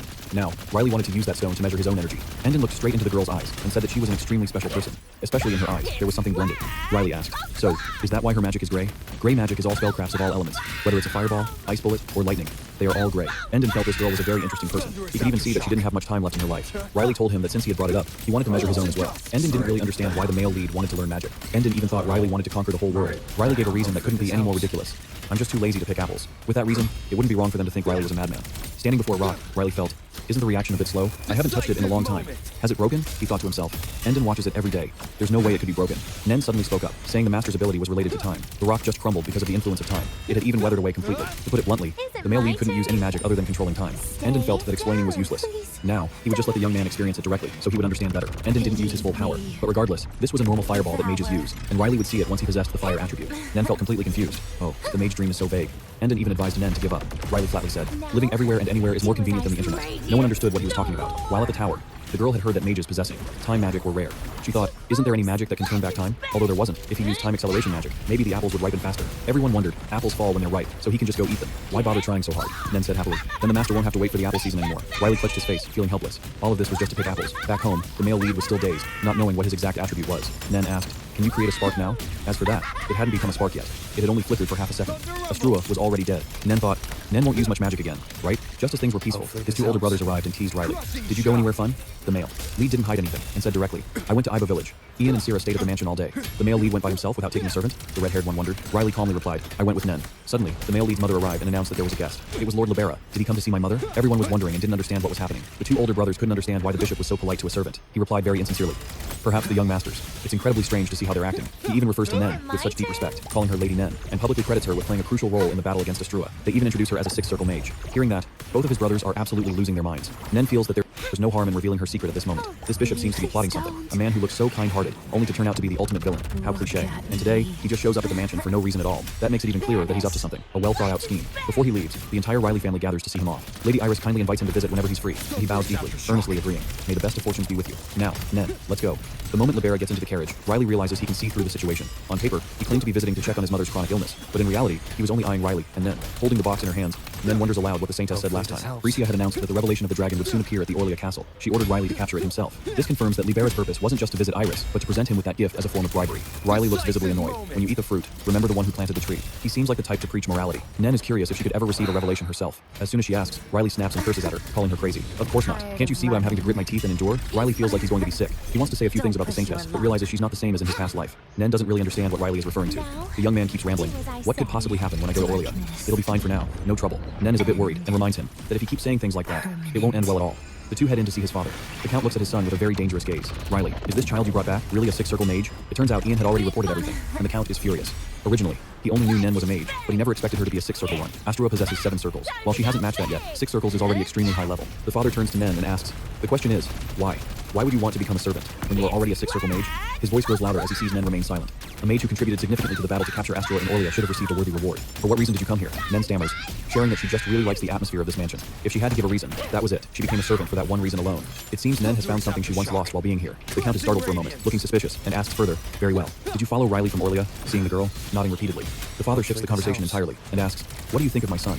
Riley is stunned. He has no idea what his father is doing right now. Nen innocently and enthusiastically replies, "I think the young master is a very good person." Afterward, the two just look at each other and smile, in a way that is puzzling, leaving Riley terrified. "What do you two mean? Why is this getting so sappy all of a sudden?" Nen then sadly bows her head and says that 6 circles is just a part of her past. She is living her life to the fullest in the present. Bricia mentioned that by autumn, perhaps everything will come to an end. Before summer fades, Nen doesn't have much time left. Nen wants to live a full life during these simple, peaceful days. She feels happier now than she ever did as a 6-circle mage. The Count asks if she finds it inconvenient, but the girl immediately replies that everyone here is kind, and she doesn't find it inconvenient at all. The father sighs, appearing satisfied, and tells Nen to keep taking care of Riley. As he closes his eyes, thinking about a 6-circle mage, Riley speaks up, wanting to talk to his father. Summer has arrived. This year, Nen, he wants to go back to Rainfield. Riley's 2 older brothers are also discussing Nen. How on earth could Riley find someone like that? Surely it has something to do with the medal he was awarded at the castle. The red-haired brother feels a sense of urgency and thinks, after defeating the final monster with a single sword stroke, the young man could finally relax. He whispered to himself that he had finally escaped that exhausting hero destiny. This was the moment he had longed for. a dream where he would never have to hold a sword again. But strangely enough, he opened his eyes once more. What the? The guy was dazed and incredibly confused. What the hell? Purification spell. Riley listened, but there was no sign of purification, just mud getting smeared all over his face. Nen stammered, "Oh, what happened? I thought it would work." "Young master, it's just mud. It's not actually dirty." Riley, annoyed, snapped at the girl. Meanwhile, the creature let out a scream that echoed through the forest. It looked like its body was about to explode. Riley, still grumpy, yelled, "Explode? What the hell? Who's the one really about to explode here?" Nen offered to finish it off if she could, then activated her power to completely wipe out the creature. Once everything was settled, Nen went to look for wet wipes for Riley. High up in a tree, a red-haired guy was watching everything. Riley was confused, not knowing where he was. Nen opened the map to check. It seemed they were near their destination, but it was hard to pinpoint the exact location, because there were no signs. Nen sensed something wrong and had placed a spell on Riley, just in case, and sensing someone nearby, Riley calmly replied, "That's good. Just go to them. We have no other choice, right?" On another note, the creature had broken Nen's mystical circle and awakened. They both thought they would get some help, but to their surprise, they were surrounded by guys with bows. Riley was curious about their identities. He'd been in Renfield for years, but had never seen these people. The red-haired guy shouted for Riley to stop pretending, saying he had seen it all. He then aimed at Nen. "I saw the black magic born from your hands. You're a dark mage, aren't you?" Nen looked blank, seemingly not understanding what they were saying or what they were doing. A dark mage had been running wild near Renfield lately, and they were a group of mage hunters. They insisted that Nen was a dark mage, and Nen had no way to deny it. "You used black magic. That's the proof." Then, turning to Riley, "You say you used a purification spell? You think I don't know your accomplice has been tainted by black magic?" Riley stood there with a blank expression, feeling a headache coming on because this was supposed to be a relaxing vacation. Now, it had turned into a chaotic mess. With an icy face, he turned and asked them, "Black magic? What are you talking about?" Before he could even finish, they insisted that Riley was their accomplice. This made the young man snap. Losing his cool, he warned, "Don't you dare point that arrow at me." This warning made the red-haired guy gulp hard, suddenly terrified. Now, Riley wanted to know what was going on. "Explain. You just run up here and call us dark mages? Are you idiots?" They didn't understand the situation. But in Riley's anger, everyone felt a certain pressure weighing down on them. The red-haired guy pointed straight at Nen and asked if the magic she just used was black magic. Riley asked back, "So what if it is?" They started claiming that such signs were proof of dark mages. Riley turned to Nen. "So, if the magic flow is black, it's all dark magic?" Nen shook her head repeatedly, saying no. The reason she could use those things was that she had been an experiment. Riley, fed up, didn't want to explain anymore. Nen turned to challenge them, demanding they explain why she was a dark witch. Asked this. They all went silent because they didn't know what to say. What else could it be besides black magic? Riley warned them that from now on, they should think twice before speaking to avoid falsely accusing others. He then reaffirmed firmly, "I can bet the reputation of the Eifeletta Swordman family. She is definitely not a dark witch. What do you have to bet?" They started to panic. This is big trouble. She turns out to be an aristocrat. Why is an aristocrat wandering around here? Riley immediately put them in their place. "I don't know about Renfield, but in Soria, if you're disrespectful to a noble, the lightest punishment is life imprisonment." I'm trying to have a vacation here. Nen tried to be as conciliatory as possible, but these jerks didn't know their place. Riley drew his sword. He didn't want to let this slide anymore. "If you really think so, fine. I'm suspected of being a dark wizard, then I'll just wipe out all the witnesses and move on." Before he could act, Nen stopped him. "Young master, please wait. Just listen to their story." The moment Nen revealed her full face, they were very puzzled. "Why do you look like that?" After hearing the story, the red-haired guy sobbed. He finally understood what happened at the Soria Tower, and what the bastard Astra had done. She cried louder and louder, repeatedly apologizing to Nen for accidentally uttering rude words. Riley found the whole thing ridiculous. Good grief, what a sight. The one who wanted to kill us is now sobbing here. The most annoying thing is that this miserable crying reminds me of that kid. The kid he was referring to was none other than Ian, even though he was half a generation older than him. Everything could be forgiven. Riley asked if they were done doubting them. Everyone bowed. "Yes, please forgive us, Master Riley." Riley still didn't understand why they insisted on making him admit it earlier. The blue-haired guy explained, "The captain's eyes never lie. The previous captain was the same." Nen said they were very similar, didn't she? "We don't need any more proof." After hearing everything, Riley noticed the mage and asked for the person's identity. Recently, a notorious dark mage had been spotted around the Renfield area. Their previous captain was also a victim of that person. They gave Riley and Nen a wanted poster containing information about the culprit, including the trait of using black magic to control corpses. The red-haired guy's father was also killed by him. What concerned Riley was the information that the culprit could control corpses. Suddenly, they all heard heavy footsteps coming from the forest. It was the body of the creature, and it appeared right behind Riley. The young man felt so unlucky because just after a moment's respite, it almost bit him. The young man angrily turned and slashed across its body, and once again, it collapsed, motionless. The person in the black cloak was likely the dark mage. He was extremely surprised that the creature he had just revived was motionless again. Then he started complaining that no one in this day and age was any good, and went to find the basil. Nen was afraid Riley would get wet, so she used an umbrella to cover him. The young man just stood there, imagining that the rain had stopped and it was cool. Riley turned to be optimistic, saying, "It's fine. If it's raining, we have to have an umbrella. That's the only way it's romantic." The red-haired guy started wedging himself between Riley and Nen. What a relief. We all came to the same place. In a situation that was supposed to be romantic, this guy was a total mood killer. Not only was he clueless, but he also acted impressed when he found out the mercenary hero Ian was Riley's butler. Riley turned to mock him. "I'm also surprised to see someone sobbing like Ian." He was so embarrassed, and Nen shut up too. Then he handed over a piece of paper. "I really owe you two. Nen, just take this. I'll stay in Renfield for a month. Nen, just come find me if you want. I'll treat you both." Riley didn't hesitate to take it, and then it was time for them to say goodbye. Although a lot happened, they finally reached a safe place. Riley was optimistic, thinking that after the rain, there would be a rainbow. Finally, the vacation started. The thing to do now was to figure out their destination, and where Nen wanted to go first. Just as they were passing a restaurant, Nen stammered. Riley subtly understood Nen wanted to ask her out for a meal. The girl suggested eating hot soup. Riley was excited, thinking, "I get it. On a rainy day like this, having a pajong meal with rice wine is the best." He really couldn't predict the young man's intentions. Nen actually didn't even know the definition of pajong. The moment the food was laid out on the table, Riley marveled and praised it, while Nen looked completely blank, not excited at all, even saying, "What kind of food is this? It looks like vomit." Riley froze for 5 seconds and was extremely surprised. "Oh, please apologize to everyone who loves pajong on a rainy day. What the hell?" Nen hesitated when Riley kept inviting her. Just try it. Once you try it, don't ask for more. The girl picked up the chopsticks gingerly. In the capital of Solia, people called this the most terrible thing. Nen managed to get this terrible thing into her mouth, and her life blossomed. It wasn't just delicious. It was delicious beyond belief. Delicious enough to swallow your tongue. Riley ate while looking satisfied to the extreme. This is the flavor from the old days, back when I was young. Nen looked confused because they weren't old yet, and that young definition was something only Riley understood. Nen, he told the girl, don't pay attention. Just eat. He then started flirting with the young lady, encouraging her to take a shot. Iris had actually warned Nen about drinking this on the festival day earlier. Nen suddenly remembered Iris's words and hesitated, but Riley kept pushing her, saying, just try it. One sip is fine, right? Today was truly a day for breaking boundaries. Nen felt the drink was absolutely delicious, gulped it down, and exclaimed, that's awesome. Just as the two were chilling, someone at the next table started complaining. Damn it, everything is a mess. Riley looked over and noticed the person didn't seem to be in a good mood. That person kept muttering, I have to craft more, and more. I have to create so many. Once Nen and Riley finished, they left, but Riley couldn't stop eyeing the figure in the hooded cloak. He then thought, why should I meddle in other people's business? After the man gulped down more alcohol, he didn't seem very sober anymore. When a staff member came to ask for payment, the man hesitated. Payment? What is payment? Oh right, I have to pay, don't I? Not paying after a meal would be a sin.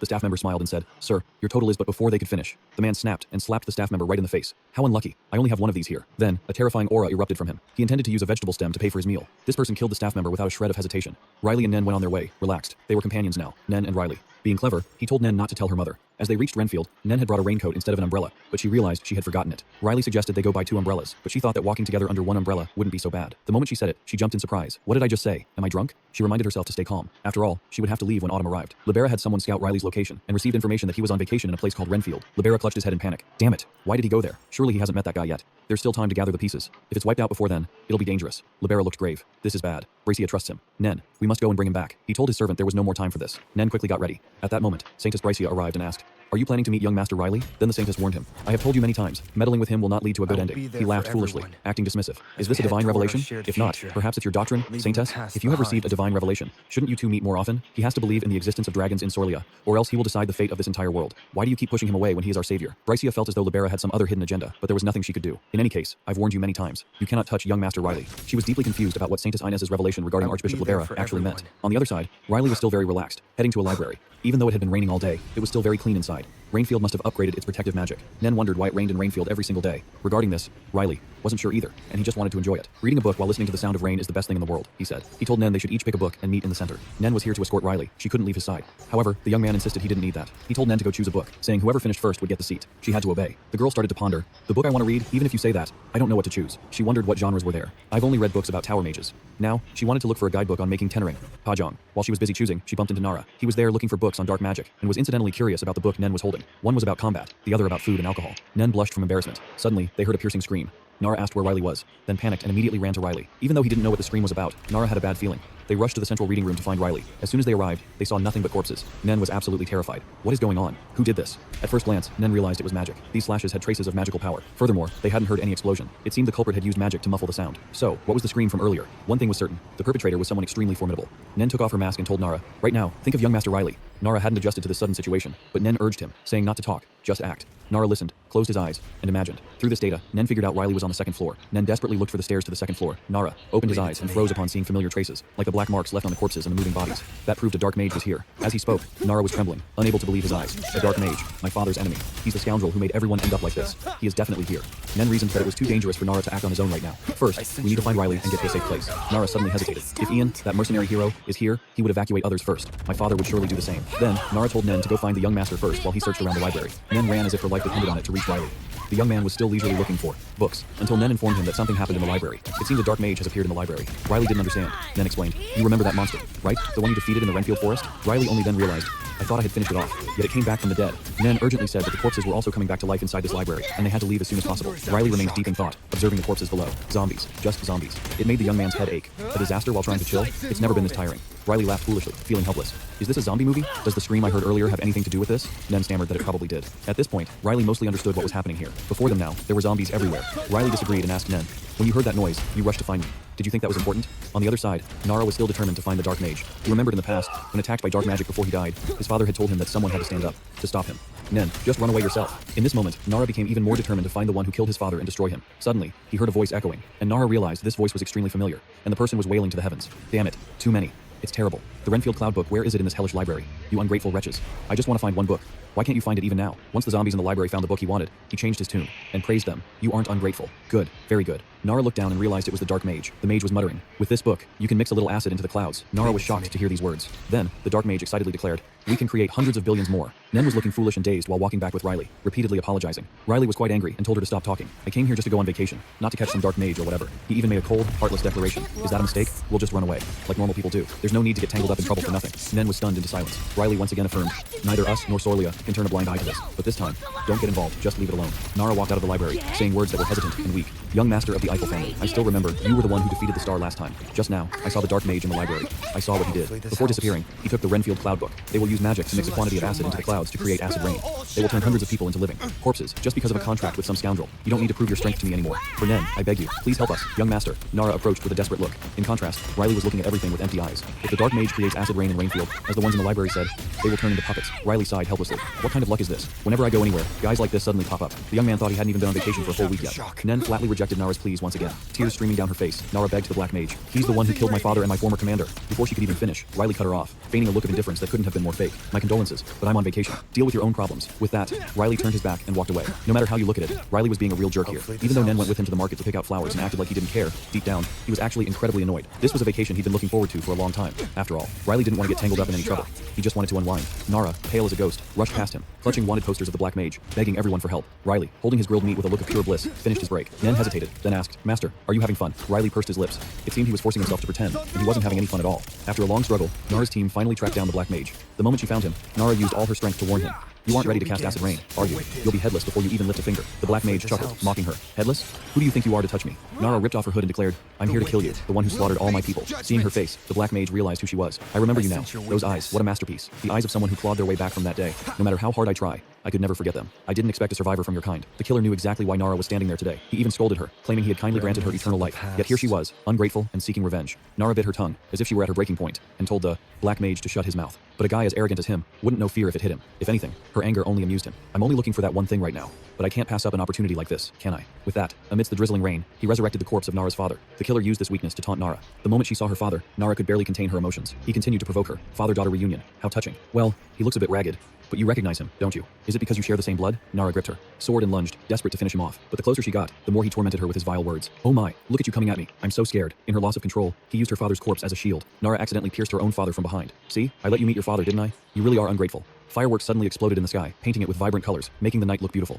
Everyone was excited, marveling at the display. Riley, who was watching, suddenly turned and asked Nen, are you having fun? Nen froze, then smiled brightly and replied, I think I expected too much. Honestly, there's nothing fun about this. Riley tried to act innocent, asking why. But Nen believed he knew the reason better than anyone. Because of that, Riley decided it was time to move. Well then, let's go, Nen. I wonder if that little bug in front of me will dare to bite randomly again. Elsewhere, the black mage was still playing with Nara, while she poured all her energy into frantic slashes. The killer felt thrilled, just as I expected. You're good. That speed is truly magnificent. Let's crank it up a notch, shall we? Nara didn't stop, determined to kill him at any cost. With a terrifying smile, he asked, are you regretting it? Then, he once again used her father's corpse as a shield. A painful cry for her father echoed through the sky. In that moment, Nara felt like everything she did was wrong. Her hands, which once held the sword firmly, were now trembling as she pointed her spear at her own father. The black mage kept provoking her. No matter how much you want revenge, how dare you point your spear at your father? Nara's teammates, standing nearby, quickly shot an arrow into the zombie's arm and shouted to snap Nara out of it. Captain, stay calm. Your father is already gone. After the mage noticed Nara's teammates, he unleashed a magic circle, firing dozens of arrows at the blue-haired youth, but Riley blocked them all. The killer laughed loudly, thinking, those Duffner-class archers are actually quite annoying, aren't they? Your friends seem a bit busy, don't they? They were surrounded by swarms of zombies. In this situation, the blue-haired guy suggested it was best to retreat, but Nara hesitated, seeing her father still there.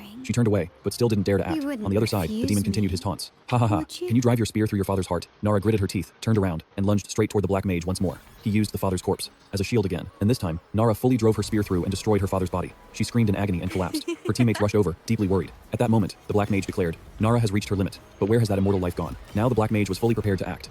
After so many years in this town, we are finally about to achieve our wish. Through his magic, suddenly the rain stopped, and the raindrops hung suspended in midair. The black mage started counting down. Only 3 seconds left until his wish succeeded. With 2 seconds left, Nara screamed in helplessness, begging him to stop. However, what was bound to happen, happened. The killer raised his hands to the sky and declared, the moment of destiny has arrived. Shortly after, some absurd things happened that made his face look incredibly frustrated. Right at that moment, Riley found the black mage. Appearing from behind, he shouted, found you, you scumbag. You're ruining my fun. Everyone in town was shocked by the sight of water droplets hanging in the air. However, looking closely, they were just falling incredibly slowly. The raindrops suddenly exploded into fireworks, making the space become radiant. Even the rain began to fly back toward the sky, drop by drop, glistening. Riley praised Nen. You're doing great. At that moment, the black mage turned around. Who are you? Waving your sword at me like that? Riley didn't even bother answering him, simply replying, me? Who knows? Why do you care? Nara stood frozen, completely surprised by this arrival. Riley smirked. How does it feel to have your good time interrupted by such a magnificent sight? Only then did the black mage realize that this interruption was caused by Riley. The rain, the mist, and my prayer, did you mess with all of them? Seeing the look of disappointment on the black mage's face, Riley asked flatly, why? Do you look so disappointed? If you hadn't ruined my vacation, things would have been different. Then he called Nen out to act. Nara's jaw dropped when she realized the rain was Nen's power. The black mage couldn't believe it. He panicked, demanding to try again blindly, and even cursed at Riley for being ungrateful. Riley looked at him with an expression of pure boredom. Ungrateful? You're the one who ruined someone else's vacation, and you're the one yelling? Seriously? Ignoring everything, the black mage kept trying to retry, appearing like a madman, constantly cursing everyone as ungrateful. He summoned the zombies to rise from their graves. Riley didn't care how many he slashed. They wouldn't die, but he felt no fear, only amusement. He confidently asserted that he was stronger than this trashy mage, and that, too, was a kind of talent. All the tricks the mage was pulling with the zombies were just cheap parlor tricks. Having said that, the youth finished him off. With one slash, he blew the heads off the entire group of useless monsters. The mage realized he had run into a real opponent. He summoned every zombie he had, determined not to let Riley off the hook. The corpses he summoned included elves and even other mages. Riley felt things were getting more thrilling, but unfortunately, they were just puppets. He handled each one without flinching, which drove the black mage insane. How dare you? How dare you ignore them? Riley thought that if the mage still had more tricks up his sleeve, he should at least show some real skill. The youth landed every strike, not sparing a single corpse. Meanwhile, Nara and her teammates felt their bodies frozen, unable to move. Everything Riley had shown so far was just a warm-up, and he hadn't even broken a sweat. The black mage, who was already dark, now turned pale, and then even darker. Riley didn't hold back, landing a final blow that sent the black mage to hell. Finally, that damn pest was eliminated. The evildoer was vanquished, dissolving into black flames that carried away the souls of the innocent who had suffered. Nara fell to her knees and sobbed, knowing her father could finally rest in peace. Having taken care of business, Riley looked off into the distance, deep in thought, full of praise. Nen, you did well. Beside this success was Nen, standing powerfully, controlling everything. She had even drained all her energy and shed blood to push the dark clouds away. Despite the struggle, she finally succeeded. A small girl had finally accomplished the extraordinary. After that day, the press wrote a lot about the phenomenon of rain flying back to the sky and the strange scenes of fireworks covering the heavens. Everyone thought this was the most spectacular fireworks show ever held on Waterphone Street. Nen ran over with the newspaper and handed it to Riley. Even though the black mage had been defeated, the news still reported that the black mage hadn't been captured yet. Riley sighed and thought, Basilisk seems to know how to keep his mouth shut. This is a true silent hero. Nen only hoped that one day, everyone would know what Riley had done for them. This wish of Nen's made Riley look at her with a confused expression, wondering if she had been possessed by Ian. Nen emotionally shared that whenever she could help someone, she felt happy and incredibly proud. She hoped Riley could feel that too. Suddenly, Riley waved her over, making the poor girl freeze, thinking she must have said something wrong. Before anything else, she started apologizing to avoid getting yelled at. However, it wasn't like what she imagined. Riley patted her shoulder and smiled proudly, then gave her serious praise. I haven't even said anything yet, have I? You did a good job. Keep it up. Honestly, I'm pretty satisfied, but it seems like you enjoyed this vacation even more than I did. After he said that, Nen didn't even have a chance to be happy before she thought she had messed up again. Well, it was time to head back. Riley figured everyone must be worried sick by now. At that moment, Nen suddenly remembered something. It sounded terrible. The girl had been so excited, but then she became overwhelmed with disappointment when Riley acted like he didn't remember a thing. The most unexpected event of all. Ever since arriving in Renfield, Riley hadn't contacted his mother at all. Just as one crisis passed, another arrived. Riley blamed everything on Nen, making the poor girl apologize for the 1000th time. After that, they immediately told each other they had to call home right away. As soon as the door opened, they saw a dark, murderous expression. Oh, Riley, my precious son. Is that you? Both of them stammered and pushed the blame onto each other. When Iris asked why the call was so late, they both fell silent. Riley even put on an act, pretending to be reading a book and leaving Nen to handle everything. Only after they both confirmed they were fine, did Iris finally let out a sigh of relief. But the crisis wasn't over yet. The old man Ian immediately poked his head into the mirror, shouting and demanding, Young master, how is your body? Riley informed him that he was about to return to Sorlia and apologized to his mother. His mother said she would be waiting at the estate. Just as they were about to cut the connection, Sarah offered to speak with Nen for a moment. As soon as she looked, Nen felt Sarah's overwhelming power. Another person poked their head into the mirror and barked, Nen, if the young master forgets to call home, you're the one who's supposed to call instead. Why did you forget? Riley is the one who loves to play around, but Nen is the one getting in trouble. What rotten luck. They scolded her, saying that Riley was the one on vacation, not Nen. Nen stood there shyly, not knowing what to do, only able to nod and apologize repeatedly. Seeing Nen so pitiful, Sarah's anger subsided. So, did you see the brow, waterphone view, and what about the fireworks? Nen replied that she had seen it all. Sarah seemed very excited to hear Nen's story. Nen just smiled, saying that it was the most beautiful scene she had ever witnessed in her life.